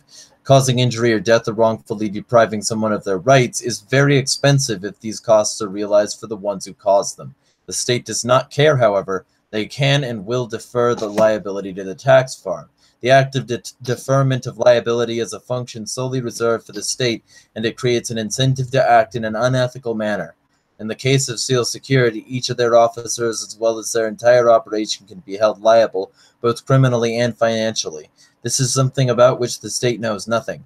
As Guns.com points out, over 70 communities in Harris County and most of the major management districts have contracted with SEAL. They're less expensive, better at crime prevention, they do not target citizens for revenue, and best of all, each officer is personally accountable for his or her actions. It's time that Americans start seriously considering this option. Law enforcement is a product that we are forced to buy. When any product is not subject to the forces of consumer demand, there's no way of changing it. It's time we applied the fundamental lesson of competition to our supposed protector. Tired of being forced to pay for a broken system? Let police compete for our tax dollars. Yeah, I like the sound of that one. Well, and they But- should have they should be required to have individual liability insurance and business insurance like I do as a PI. So when that cop does something wrong or violates somebody's rights, they don't have department immunity, and they basically can get away with it because as an individual, they cannot be gone after. And that is exactly the way in the United States right now the law is set up. Those cops have no individual liability whatsoever. They don't have to worry about anything. They can get away with murder, literally, and you can't do anything about it. It's a serious problem. And you know, a good way of putting it might be to just simply state that anything which insulates the state from correction insulates the people from change. And I think that if you start to think of things as like correction and change mechanisms, the fact that there's so much in the way of the average person getting justice, especially when referencing a cop, means that police in and of themselves cannot be held accountable, and accountability with them is mostly just a shot in the dark as to whether or not you get a judge who's disconnected enough from the state that they won't be essentially just cucks for the state.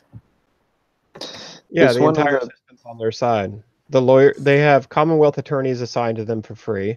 The law's on their side. The judges are all on their side. And they'll get away with molesting children or raping people and pretty much, you know, get away with it completely. They might have a light sentence opposed to everybody else. So yeah, it's a huge double standard and it needs to go away.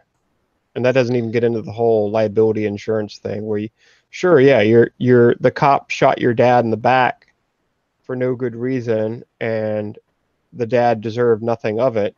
You can sue that cop and you might get, you know, a legal a judgment against them, but the taxpayers pay it. It's a total joke. The whole system as it's set up right now is a complete joke.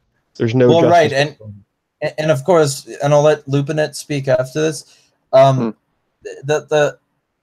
Like if I lose a finger in the chili at a fast food restaurant and they can verify that it's mine, I will never work fast food again. If I shoot somebody in the back as a cop, I'll probably just get another job in another department if anything does fucking happen and have the same pay I always would have. Like even police who get paid administrative leave, which is essentially vacation, or get a docking of their pay, those police officers can just go elsewhere if they truly want to work still, and they'll probably still be able to. And not to mention that, but they'll have a whole new community which didn't pay enough attention to neighboring communities to know that this officer just fucked up elsewhere. And then that new community will not recognize this officer and be able to do anything about the previous actions elsewhere, because essentially they won't be attached to the consequences. So the whole thing is designed to move the ball under a cup that you aren't paying attention to. And it's very, very sick. It's also very clever how they do it, because one of the article highlighted the inefficiency of the system as it stands. Part of the inefficiency is by design, because you have compartmentalization of crimes within the legal system, which then creates a compartmentalization of the police force. So your vice will not work on homicide cases and vice versa. But when you've got a private security force, that doesn't necessarily have to apply. You may have particular groups, like ones that will investigate burglaries and muggings, and ones that will just be beat, but most of it will probably be fairly consistent. You'll get a polymath approach to a problem rather than a specialist approach to a problem. And for security, I think that works a lot better, because you can be better prepared for any number of types of attack on a person's rights. And that's why I advocate for rights enforcement, which is what private security effectively is. You've got a contract binding people to protect you and the rules of your property. That's how it should work. Right, and those rights enforcement agencies or agents are equal under the law. There's actual impartiality under the law. So right now, the whole double standards and special protections would go away. So like they were talking about earlier, Jeremiah and others, like there would be a strong motivation to not violate people's individual rights, because there would be consequences to pay. And right now, with the double standard system set up as the way it is, they don't care, because the worst case scenario, they get a desk job, and they could literally murder or rape somebody, and they might go to jail for 1 year, and they won't even be in general population. They'll be in a special, separate group of people that are protected. So the whole system as it is right now is a disaster. The one thing I wanted to add, though, when we're talking about private security and how it guarantees rights, or at least protects rights, what I would say is that I still believe that it is psychopathic to outsource the defense of your rights. It doesn't mean that I think that there shouldn't be private security. I just think that for people who rely solely on someone else to either protect their rights and or defend their rights, I think that that is a level of responsibility that you should not outsource. To be honest, I disagree to some extent, because there's a large amount of things that you would need to be aware of as an individual to protect every single one of your rights, including quite a wide range of contract law, quite a wide range of physical defense options to be able to do it properly. The kinds of things that you need to be aware of for every single right to be fully protected there are a good like 15 or 16 negative rights. So it needs some specialist understanding, and not everybody is as good with aim as everybody else. Not everybody's as strong as everybody else, or can retain martial information as well as everybody else. And I can kind of understand why you might. I don't quite agree with the term psychopathic. I'm not quite sure why it would be a psychopathic trait to outsource one's rights. Irresponsible, perhaps.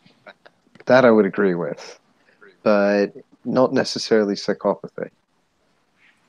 Well, at the end of the day, wouldn't those private security or whoever we're talking about end up being older followers and has a verge of being corrupted?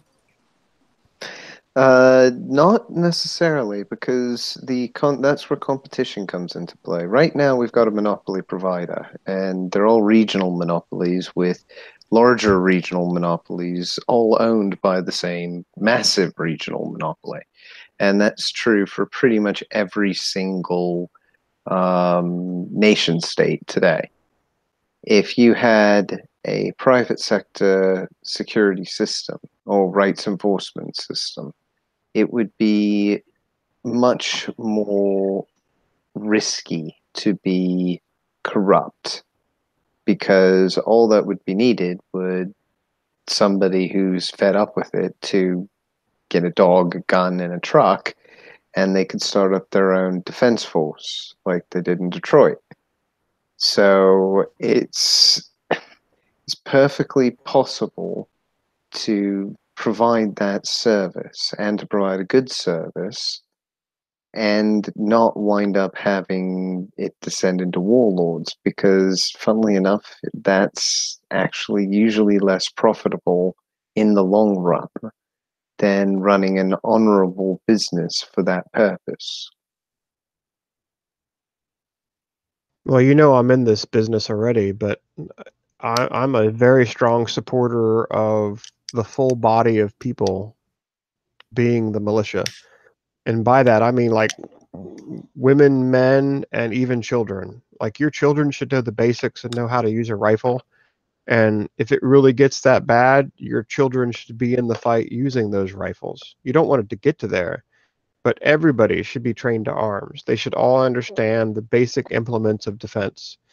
However, there will be, REAs, rights enforcement agencies, there'll be security forces, there'll be private investigators, bounty hunters, the whole gambit. And of course, they'll have specialized expertise in those fields, and they'll be way better at it.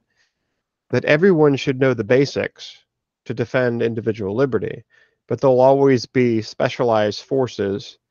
You could today we have them as mercenary forces. I mean, even the Cossacks within the Russian territory are like that.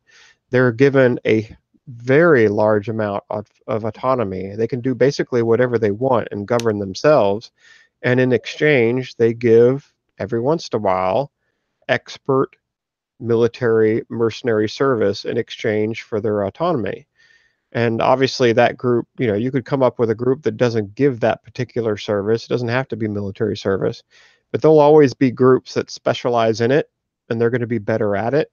But everybody should know the basics. Nobody should be disarmed entirely and be at the mercy of some outside force like the police or the military to defend themselves. And I'm not being funny. In the modern day and age, you can already get assassins for hire on the dark web if you really want to. So it's important to have some form of alternative security that is actually on call and answerable to you under a contract. Yeah, but what is their morality? Are they doing it because they're told to from another individual? Are they expressing free will to protect these people? Is money still going to be a payment? I mean, you still need to get paid if you're going to protect somebody for it. But the whole point is it's protection. The rules are what the person says they are in the contract, and the contract specifies basically what is permissible. Now, if the agent themselves is basically willing to be a murder for hire kind of character, other people won't. And they will shoot down anybody who tries to do that in self-defense of their client, because that's the point. The client is the one paying you the money. You keep the client alive, damn it. That's if he's dead, you've lost your revenue stream straight away. So and therein lies again a fiscal claim that you can make against a person after the fact as well. There are ways of punishment that are myriad and almost infinite in a private system. It's just how the system is applied locally and who agrees to what under contract. That's part of the reason that's one of the beautiful things about an anarchic system is it can kind of go almost any way, and it'll eventually wind up going the most optimal way because it will evolve. Right, and there won't be any double standards or special protections under the law, and all of those private security services would be competing for people's customer or for business, and there would be a very large price to pay if they became unethical and started doing things like warlords that were counter to proper ethics and that were immoral. Basically their reputation would get out and nobody would want to hire them other than the bad guys. And theoretically, I would hope there would always be more good people than bad people. So those companies would not last very long, and they would lose the protection under the law, and they'd become outlaws themselves. It just wouldn't work. Well, couldn't they still become big enough to where they would just use coercion? Brain fart. What's the word? I got a brain fart. Coercion. Yes. That's the reason why I'm a strong supporter of the individual. All the way down to the individual, people should be trained to arms. Because a group like that, you would always be outnumbered. It doesn't matter how big your army gets. Armies, first of all, are extremely expensive. They don't run for free. I mean, that goes back to, recorded human history, basically. The feeding armies and equipping them and supplying them while they're on the move. All that is extremely expensive. So you'd have to be an awfully wealthy person. And then even then, you would still be greatly outnumbered by people that were on the opposite side. It just doesn't work. And in a system without double standards and special protections, those forces would be outnumbered and they would be outsupplied because, again, it would be too expensive to maintain a force like that and do with it what you would want. Basically, maintain force over a large population of people that were against you. It just wouldn't last very long. You couldn't do it. That would be great if there is no police force and military anymore, but I just think that they got taps of where they're going to steer who has the, quote, imaginary authority. Of course they are. That's the whole point of government. But we're trying to explain that it can work without a government in place, and works better without a government in place, as most things tend to do. Because when you've got a private security system that, or private, let me rephrase this. When you have justice being provided by the private sector, it's a very different kind of concept from what you have today. Because what we have today, the enforcers, as we've already described, don't get penalized for breaking the law. There is a double standard. And it's part of a conflict of interest problem where the judge, the accuser, and the people who have arrested you are all basically employed by the same overarching figures in one way or another. And it's that incentive, that payment source is important. And most people ignore it and the reputation issue is important as well, because in a government system, reputation is only a problem if you lose face through the lobbies, basically. If the lobbies can't cover up the fact of this, or if the government doesn't wind up bailing you out in some way, like buying up your stock or giving you a subsidy or doing anything that alleviates a reputational damage issue. Take United, for example, when they had that guy that the TSA threw off the plane, who there was no reason for it whatsoever apart from the fact that he wouldn't move because he had a seat. And that actually instantly impacted them for several days and created loads of wonderful memes. But its main impact also had a significant effect on their stock. However, very quickly afterwards, it recovered. And that's not because United suddenly did something different or changed its policies in a dramatic way. It's more due to the fact that probably somebody made a major buy, and that somebody could have been within the Treasury Department, because United is a big US corporation and it needs to look good no matter what. Even if it's doing stuff bad in the press, financially it must look stable. Otherwise, things will be a problem for that industry. It's the same principle for Google. It's the same principle for Facebook. All of these guys are trying to keep up appearances for as long as fucking possible until something really big happens, and they can't. Yeah, but numbers work, though. This gets back to like World War II with the Soviets at the time. They had their T-34s against the German tanks, and the German tanks were far superior. And they would just send like 10 or 20 T-34s to one German tank, and they would literally pile their T-34s up against those German tanks at a point where they literally couldn't move. And a militia force it's a similar system. Like, you might have all the power and all the firepower and the training in the world, but you cannot win against superior numbers. The resistance system works. Every major conflict, Vietnam, all these conflicts, Afghanistan, Iraq, prove it without a doubt every single time. If the population is defending and supporting the resistance forces, the occupation or the occupying force cannot win. If the same thing happened in the Revolutionary War, it's the Swiss model. You can read the book that's related to the Swiss model. It's called the Total Resistance. You cannot win against a force. It doesn't matter how many artillery guns, how many drones you have.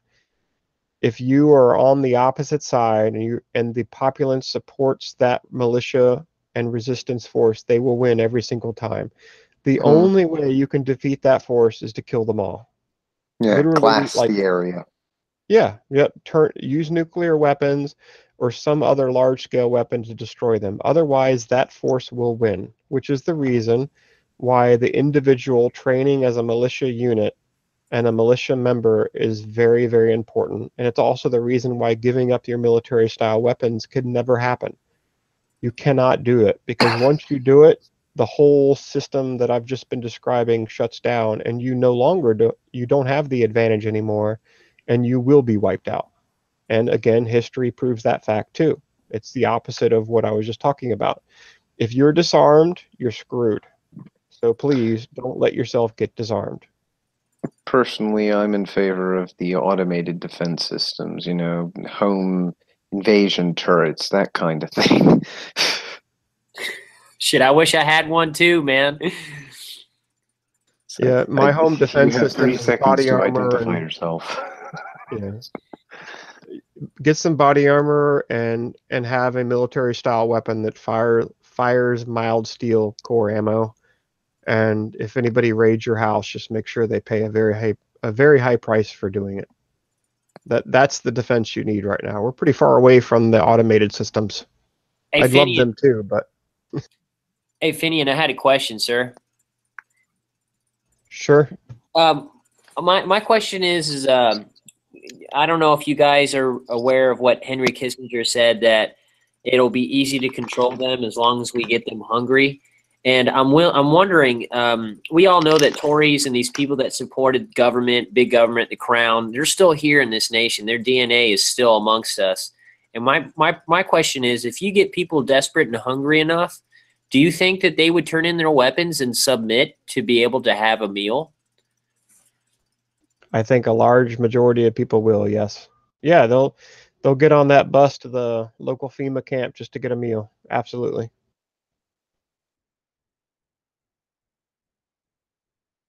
I won't. I'll be out there fighting, but I know the majority of people around me will. Control food or water, you control an entire society effectively. It's similar to money flow. If you control how the money is supplied, you can control a society. And to be fair, money tends to be the best way of doing that. Controlling water only works for the region where you control the water. Now, if you control money and water, you've got everything. Because you can't grow food without water. You can't have livestock without water. Water is a more important resource than food, hands down, any day of the week, because you can forage. You can break down and start eating bugs if you have to survive. But you can't live for more than a few days without water. This is one of the reasons behind the whole Agenda 21 thing too, where they're trying to move everybody out of rural areas and put them in urban areas, because it would prevent them from doing what you just said. They would be entirely dependent on outside systems for survival. I'm going to be hypothetical, Finian, and think, because I'm kind of fortunate being more in the rural areas of America, but I really think if they're going to have a staging ground or at least set up base or create red zones, I really feel like coastal cities and or cities in general, big cities, are going to be pretty much their areas of operations to disperse out to other regions.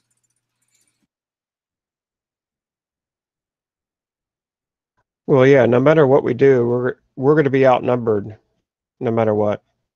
And one of the ways they could make this system work the way they want it to work is they can just kill off 1 million people. You kill off 100 million Americans in a nuclear exchange as one example of many, and then all of a sudden a lot of these oligarchs' problems go away, because the vast majority of the people can't survive without outside sources at that point, and the few that can are such a small number that they're no longer a threat.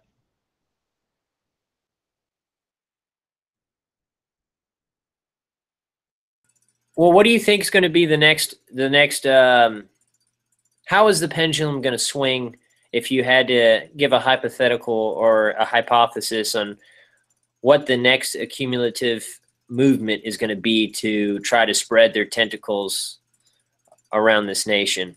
They being, our opposition. The most likely scenario will be a global war, and it's up for debate.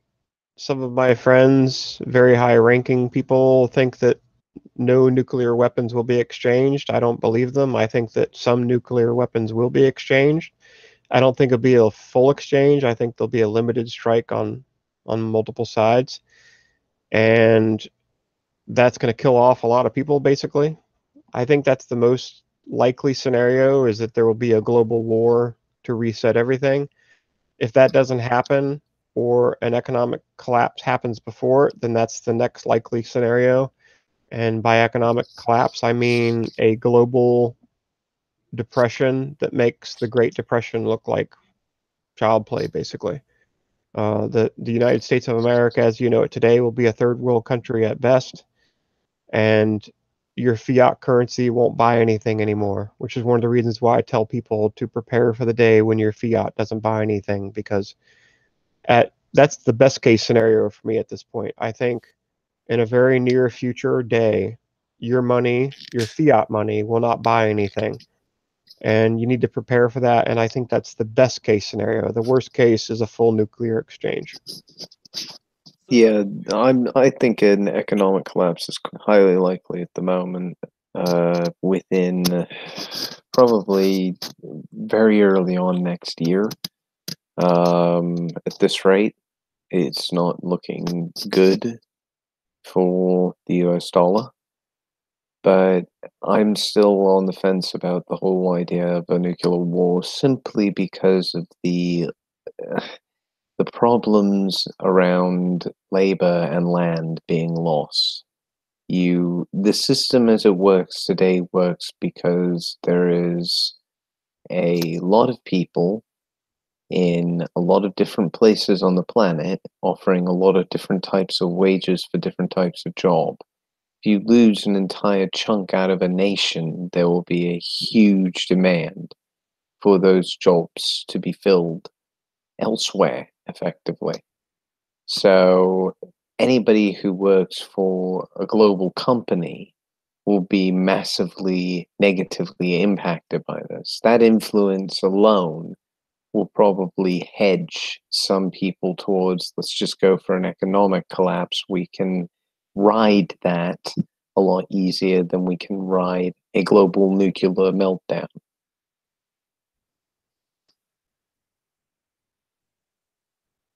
Everything boils down to economics in the end when you look at it broadly for any kind of big run like this. Can y'all hear me? Barely. Okay, let me. Yeah, you're real quiet, but you're there. You sound like a mouse caught in a tunnel, mate.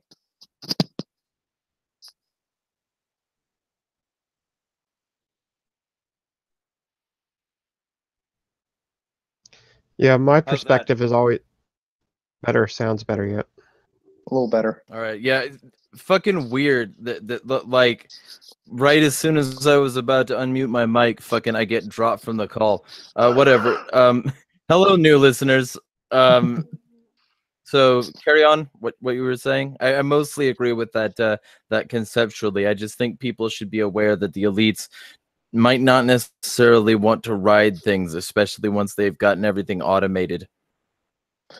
Yeah. Well, my perspective has always been, and again, this gets back to the whole reason why I got into residential security work in the first place, is I want my friends to survive no matter what's coming. So what you do is you live your life, and you live your life in a place that allows the maximized survivability rate no matter what happens. So I don't live downwind from a nuclear power plant, because worst case scenario, EMP or nuclear war, they're all going to fail.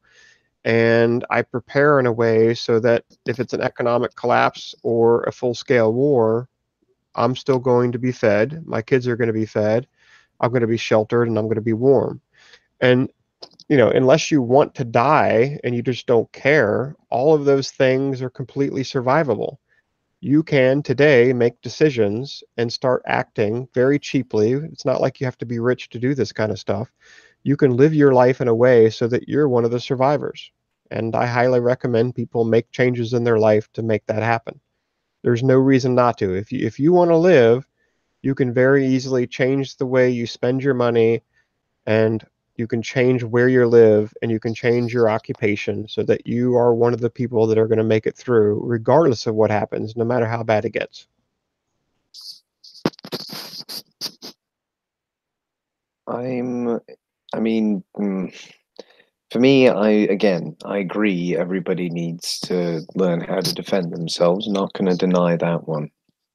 And the Swiss model is, in my opinion, one of the best models of governance around, because everybody is involved. Everybody can defend that entire region, and they are trained to do so. And they are very good at it. And yeah, I think that is the way that America should be looking towards. But the problem at the moment is trying to basically bitch slap society into accepting that people need to accept responsibility for their own actions rather than some overwhelming group accepting responsibility for it. And it's not taught the root of the problem is the education, I think, of people more than anything else, because we are all taught that the police are good and honest and fair and decent, and then the reality is presented to us in the independent media and hidden from us in the mainstream media. And this is why I go on about trying to educate people on how narratives are crafted. I mean, think of all the different narratives you get for the police. There are hundreds of crime series if you actually look at it for entertainment purposes. The crime novel industry is one of the biggest literary industries in the world, and has some of the most famous authors in the world in it. P.D. James, Agatha Christie, Dorothy Sellers, Sir Arthur Conan Doyle. All of these people are, like, in some way, shape, or form, almost sculpted how we perceive crime should be solved. And the reality is very different from that. It's very gritty and ugly and corrupt and dirty, and has a tendency to try and riddle people with holes rather than actually performing an honest day's work as a cop. It's that kind of thing we need to start tackling in particular. And there are some people who've been doing that with, again, within the entertainment industry, but it is few and far between, and it is only very recent.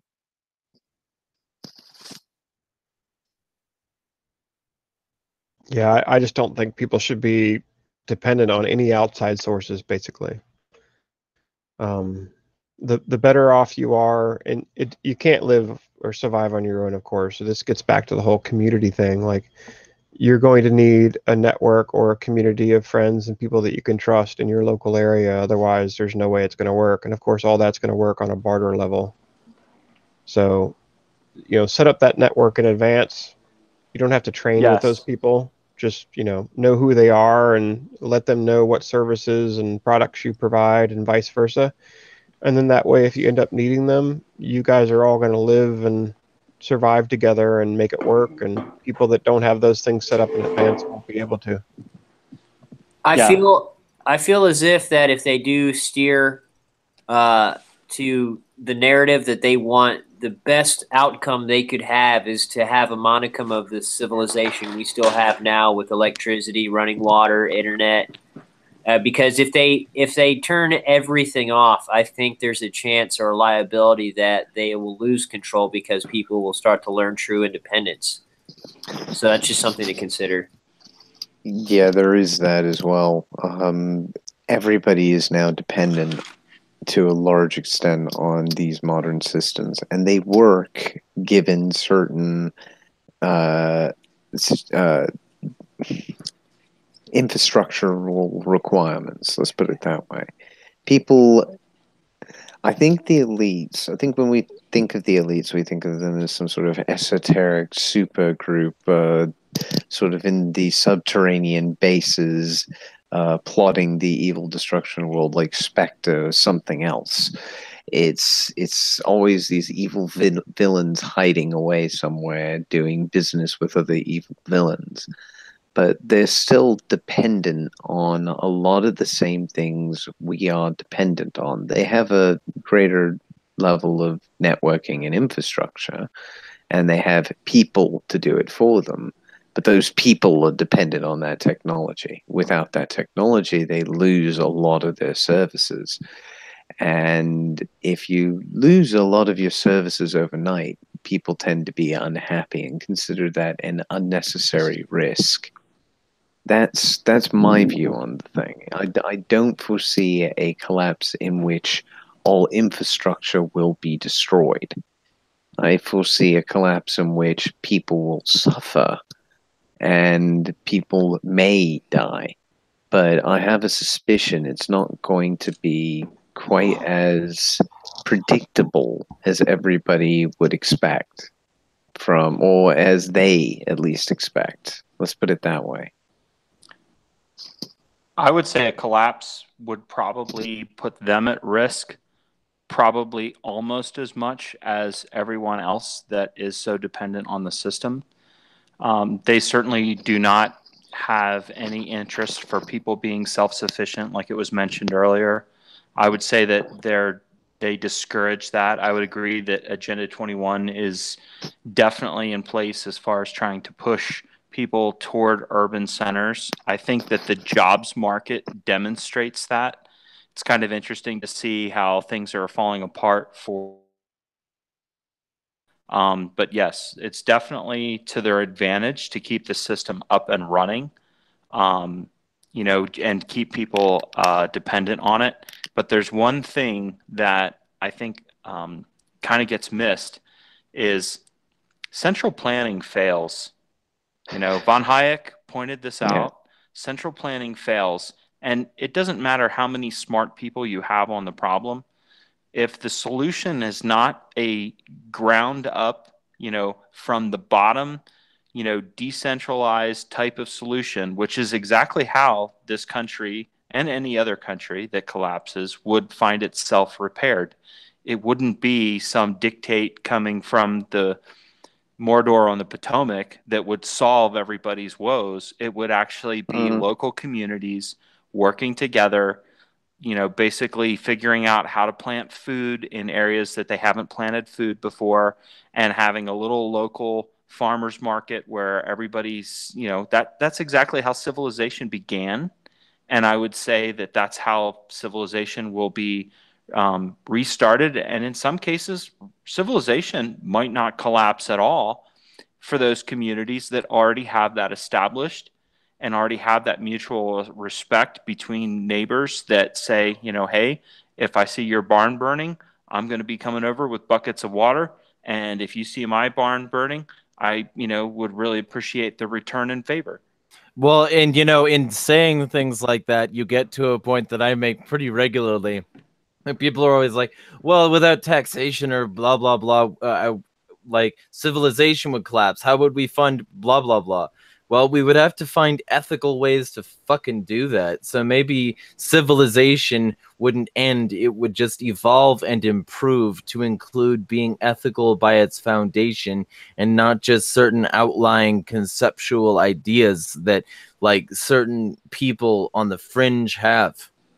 Right. And I would say that for the people that say, well, we wouldn't have this technology if it wasn't for government.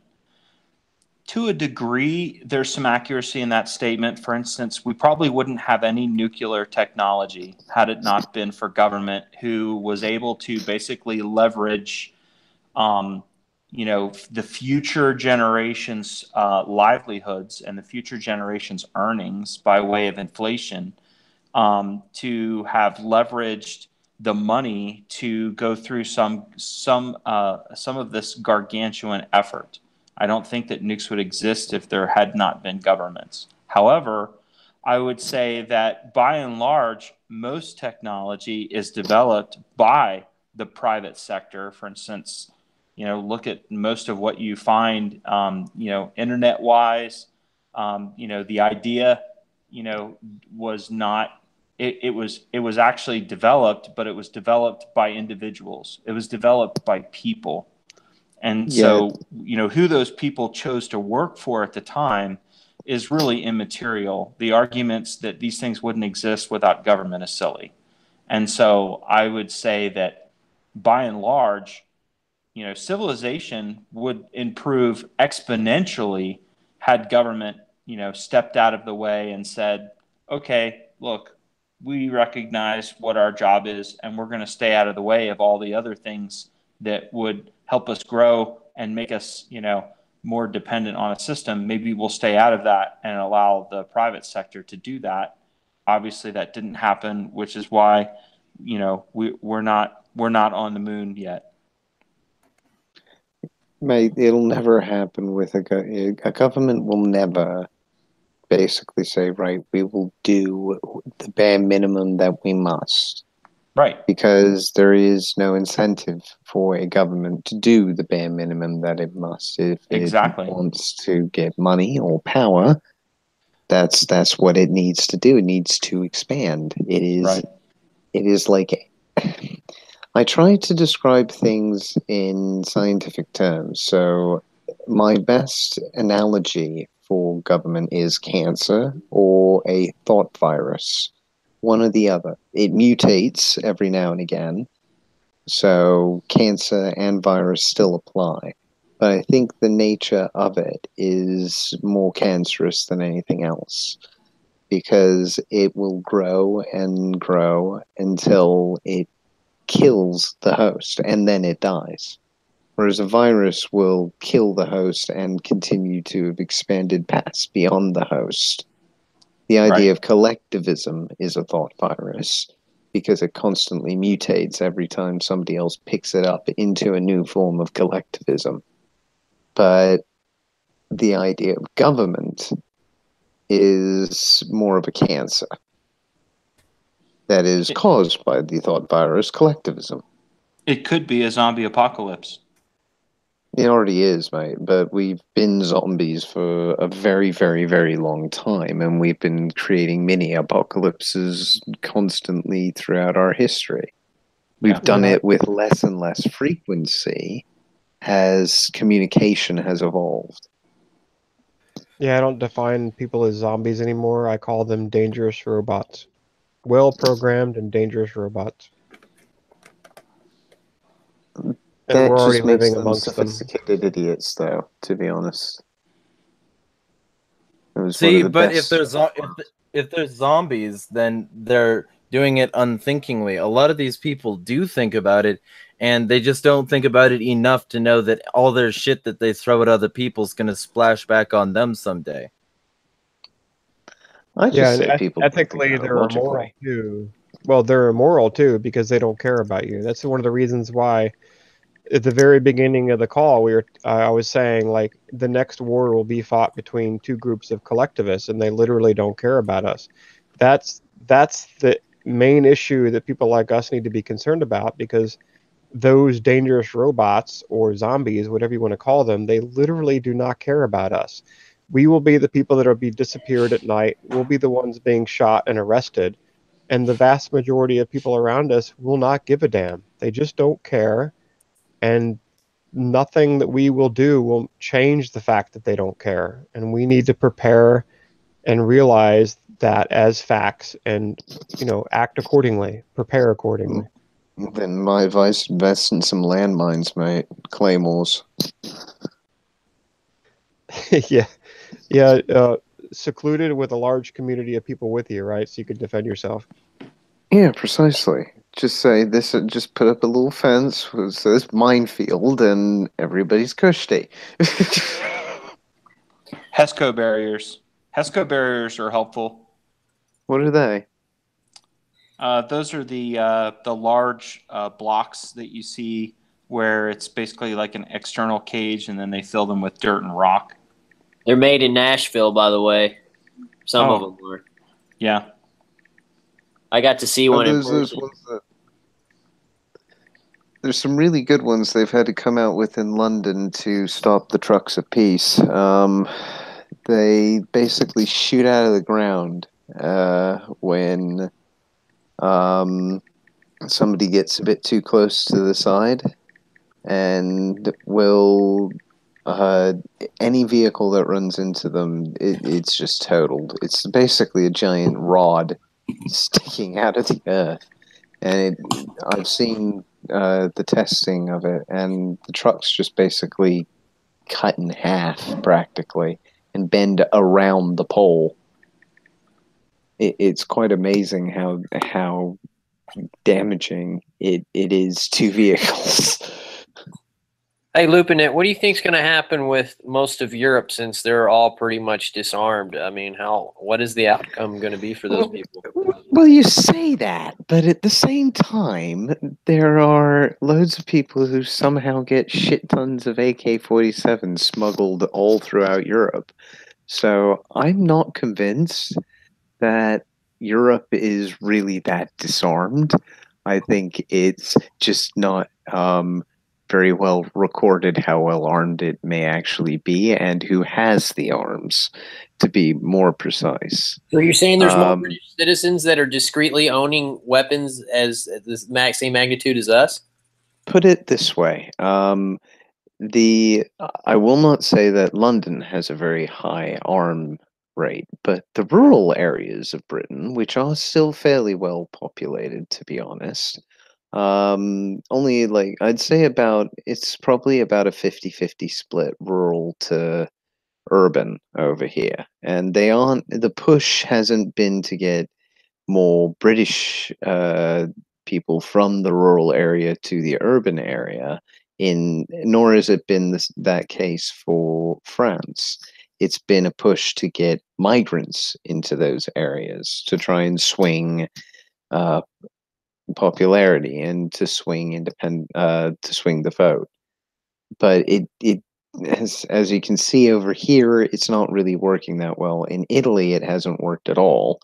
And in Germany, the Germans are a bit of an odd one. I need to do a little bit more research on what the hell is going on there specifically. But I know that France has basically got a very heavy undercurrent of nationalism and pro-border control and get rid of Calais and all this sort of stuff. So there is a really big swing politically, and the other thing to remember is Europe is a lot of a much older society than America. People don't really appreciate that to a large extent because they've had civil wars in Britain. They've had major conflicts, and yes, they still have a monarchy, but it really is pretty much just a figurehead, and everybody treats it as such. Very nice bit of tourism, but not much else. That's what they provide the nation, pretty much, is a tourism industry that thrives on people who are interested in history, and there are a lot of them, me included. But yeah, the main thing to remember about Britain is there is two major groups of collectivists, just like there are in America, but they don't respond by rioting, or at least most of them don't. They respond much more peaceably, like writing letters to the MP or doing a change.org petition. Or joining a political party, like the four big British YouTubers did for UKIP, which is all about, at the moment, now all about free speech in particular, is one of their big party lines. And because they decided to go down that route, a load of free speech activists are now joining that party, even if they're currently residing in America. So it's quite impressive how they actually handle it over here, because they believe the system works. And for some reason, that belief seems to make the system work. The other parts of the system around it, there's a lot more open media, if that makes sense. It's not all left wing or predominantly left wing. There's The Guardian, and then there's the BBC, which is fairly heavily left. But then there's other groups like The Sun, the Daily Mail, the Express. These are much more right-focused newspapers. And strictly speaking, at the moment, although I don't know how anybody can believe this, the current party is conservative. It boggles the mind how anybody believes it can be conservative when it seems to be doing everything it can to give the softest possible Brexit ever that could have been achieved to the people, and then glosses over the fact that there have been undercurrents of rebellion going on within the party. So yeah, it's at the moment it's very good political theater here in Britain, simply because everybody is at each other's throats. The legal system is going to be given a real pushing and a punishing if people keep dealing with these right not to be offended hate crime speech laws. I can see a lot of lawsuits and whatnot being made against state for certain things like defamation and whatnot. There's endless opportunity for abuse if somebody well off enough and affluent enough decides to go down that road. So it's just a matter of time for the current nonsense to fail, as long as the pressure is kept on. And I'm not seeing it wane at the moment that much either, because it's not being reported at all in TV news. So that means that in the internet world, it's probably one of the few things that everybody's actually focusing on. Well, the Brits, didn't they sell off all their gold and they're just as broke as the rest of the West, correct? No, we've paid off a lot more of our debt. We're actually caught up past both world wars. I don't think America is actually paid off. I'm not even certain they've paid off the Revolutionary War yet, mate. Yeah, I thought the Brits, I thought Brown, I forget who the guy was. I thought one of your prime ministers sold off all your gold. Oh And you yeah, guys he have been sold buying off it a back? shit ton, but I don't know if they've been buying any back. Yeah, But from what again, I've he heard, was they have not Labour. He was Labour, so he was effectively a socialist. And you know, socialists, if there's an asset laying around, oh yeah, we'll sell that now. It's like Yeah, that shouldn't be he sitting sold it here at as a really low capital. price, Ew. too. Dirty capital, get it away from me. But Yeah, yeah, I that don't was. think the Brits are much better off than the U.S. in that regard. Like financially, they're in a world of hurt coming up We're in soon. a world. Everybody's in a world of hurt, mate, because everybody's tied to the dollar at present. But Britain is in a funny situation compared to Europe because its currency is separate, so we aren't tied to the euro in any way. We're rated against it just like we are against the dollar. Now, the currency has been a lot weaker since Brexit for the dollar, but against the euro, it's actually, I think it's improved significantly. So we're in a better situation than the rest of Europe is at the moment, which is a very good thing, because when the problems happen, Europe is the one that is most liable and exposed. It is the one that's going to feel the most pain, probably, from this entire fiasco. And the only ones who won't feel as much pain is Germany, because they have that nice budget surplus that they've been constantly trying to maintain at the expense of all of their partners.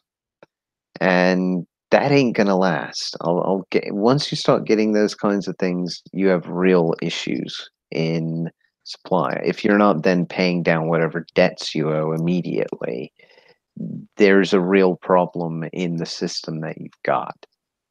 And I don't see that happening with the EU at the moment. I see them basically just abusing a system, and all the other countries getting wise to it very quickly.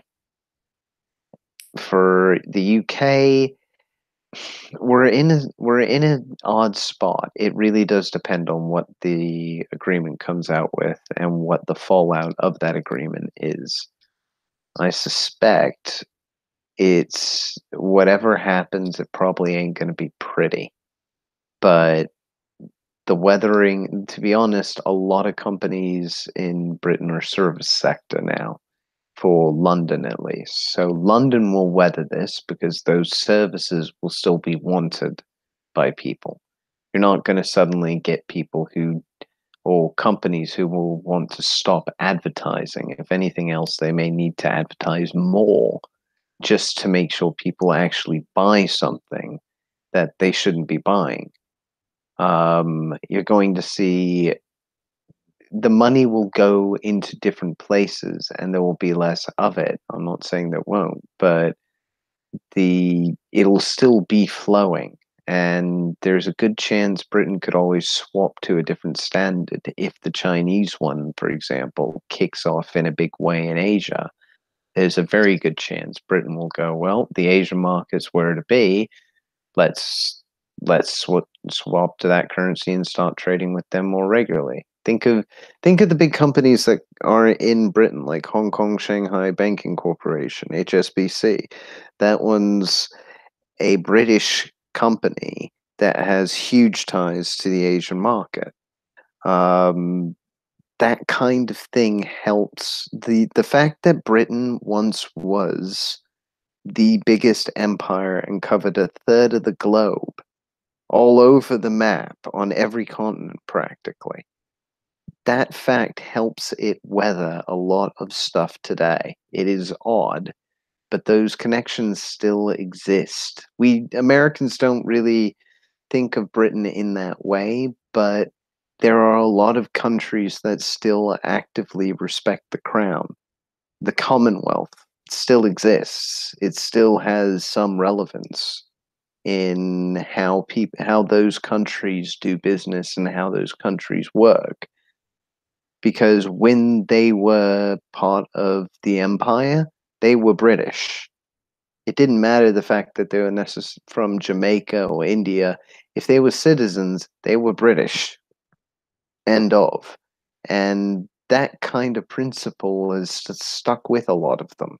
It's odd, and as an American, I struggle to understand it, but having lived here for 15 years or so, it's kind of made a bit of sense. It's that culture and that kind of community, effectively, that mindset. But it doesn't mean I agree with it necessarily or think that it's going to keep everything in balance. But other countries have started taking on similar principles of full free trade arrangements. And as the developed world starts doing that, we'll probably see a bigger, or as the developing world does that, I should say, I think the developed world will start thinking, well, shit, we need to do this too, or we're going to be left in the dust, honestly. Africa could wind up becoming a major powerhouse for economics if America doesn't wind up going even further down a free trade route.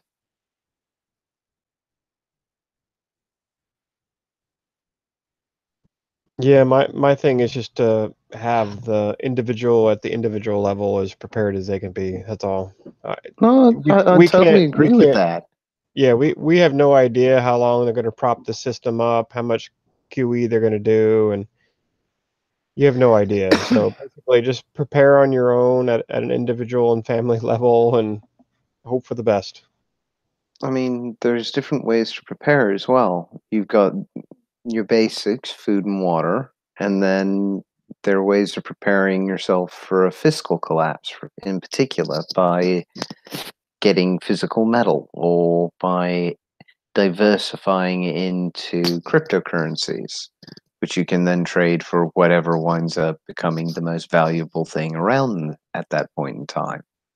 There's all sorts of methods for actively protecting what you have now, if you have anything. And it's just a matter of taking those alternatives before the system collapses. And ideally when they're cheap, because it'll be easy to buy silver now. It may not be easy to buy silver when the dollar's worth less than 1 penny of what it is today.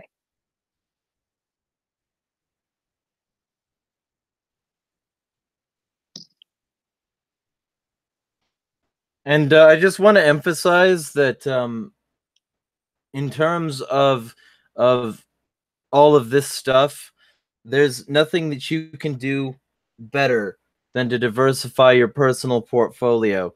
Get as many different things as you can, and legally can. And what you legally can't, make sure to lose it in a boating accident, because the more you can personally have to hedge your bets against something like this happening, the more you can help people you care about who don't believe you and who think you're a crazy conspiracy theorist once this sort of thing starts to really crack down.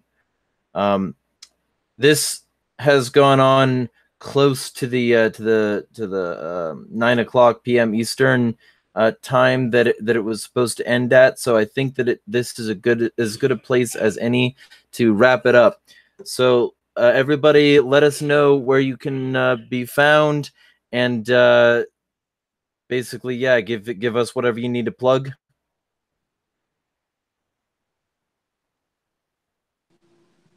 This is Skip, otherwise known as Collapsitarian. You can find me at the Free Rifleman on Twitter, and you can also find one of my backup accounts, which is Collapsitarian1 on Twitter.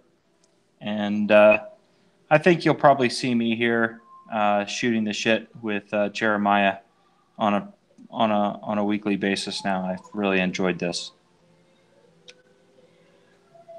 Good to hear. Who we got next?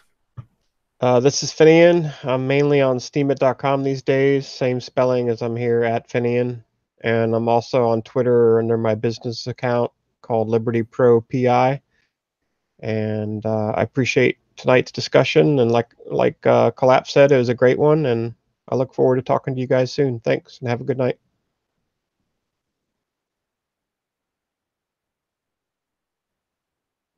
Either one of you can go next. My name. Oh, there you go, Lupe. You do it, bro. I'm Lupinate. You can find me on Minds and Discord under Lupinate, and Steemit under Anarchic Wolf. My YouTube channel is just Jonathan Picone. Spell that for people, by the way. Say again. Spell that for people, by the way. JONATHANPICCONE. Cool. Is my YouTube channel, and I also have a account through VK.com, and it is Appalachian Guerrilla Shit. I'll post links if I can after this video is uploaded on YouTube for anybody who's interested. So anyways, you guys take it easy and defend free will. Much love to all you brothers. All right, and my housekeeping, you can find me on Twitter at InsanityIsFree. You can find all my videos at youtube.com/Jeremiah Talks. Just saying that in case this gets reposted, because all my shit is CC0. Because I don't believe in IP, and I want to put my proverbial money where my mouth is. And speaking of money, You can support the show by downloading the Brave browser using the link in the description, by downloading Cash App, a Federal Reserve note and Bitcoin wallet, by using the link in the description, by buying a Liberty mug, by getting Crypto Tab, or by doing any of the host of other things in the description. Additionally, you can get me at cash.me/$Jeremiah Harding or Jeremiah Talks. I have one for both. And but I prefer Jeremiah Harding, and you can just Google me to find my name to confirm that I am who I say I am. And any material support, I cannot emphasize that enough, is very greatly appreciated. So feel free to support the show, support what I do. I'm about to start tomorrow or maybe Tuesday, a morning news show that will be operating on an anchor basis. So if you're interested in showing up for an hour every day at 10 a.m. Pacific time, let me know, and we'll get that worked out. Because this sort of thing is going to be designed to piss people off before they go to work. They can listen to the previous day's thing if they don't get on work until, like, fucking some later time in the day. But basically it's going to be the antithesis of positive news, and it's going to be like essentially the antithesis of corporate bullshit propaganda. It's going to be the propaganda for an anarchist future, shall we say.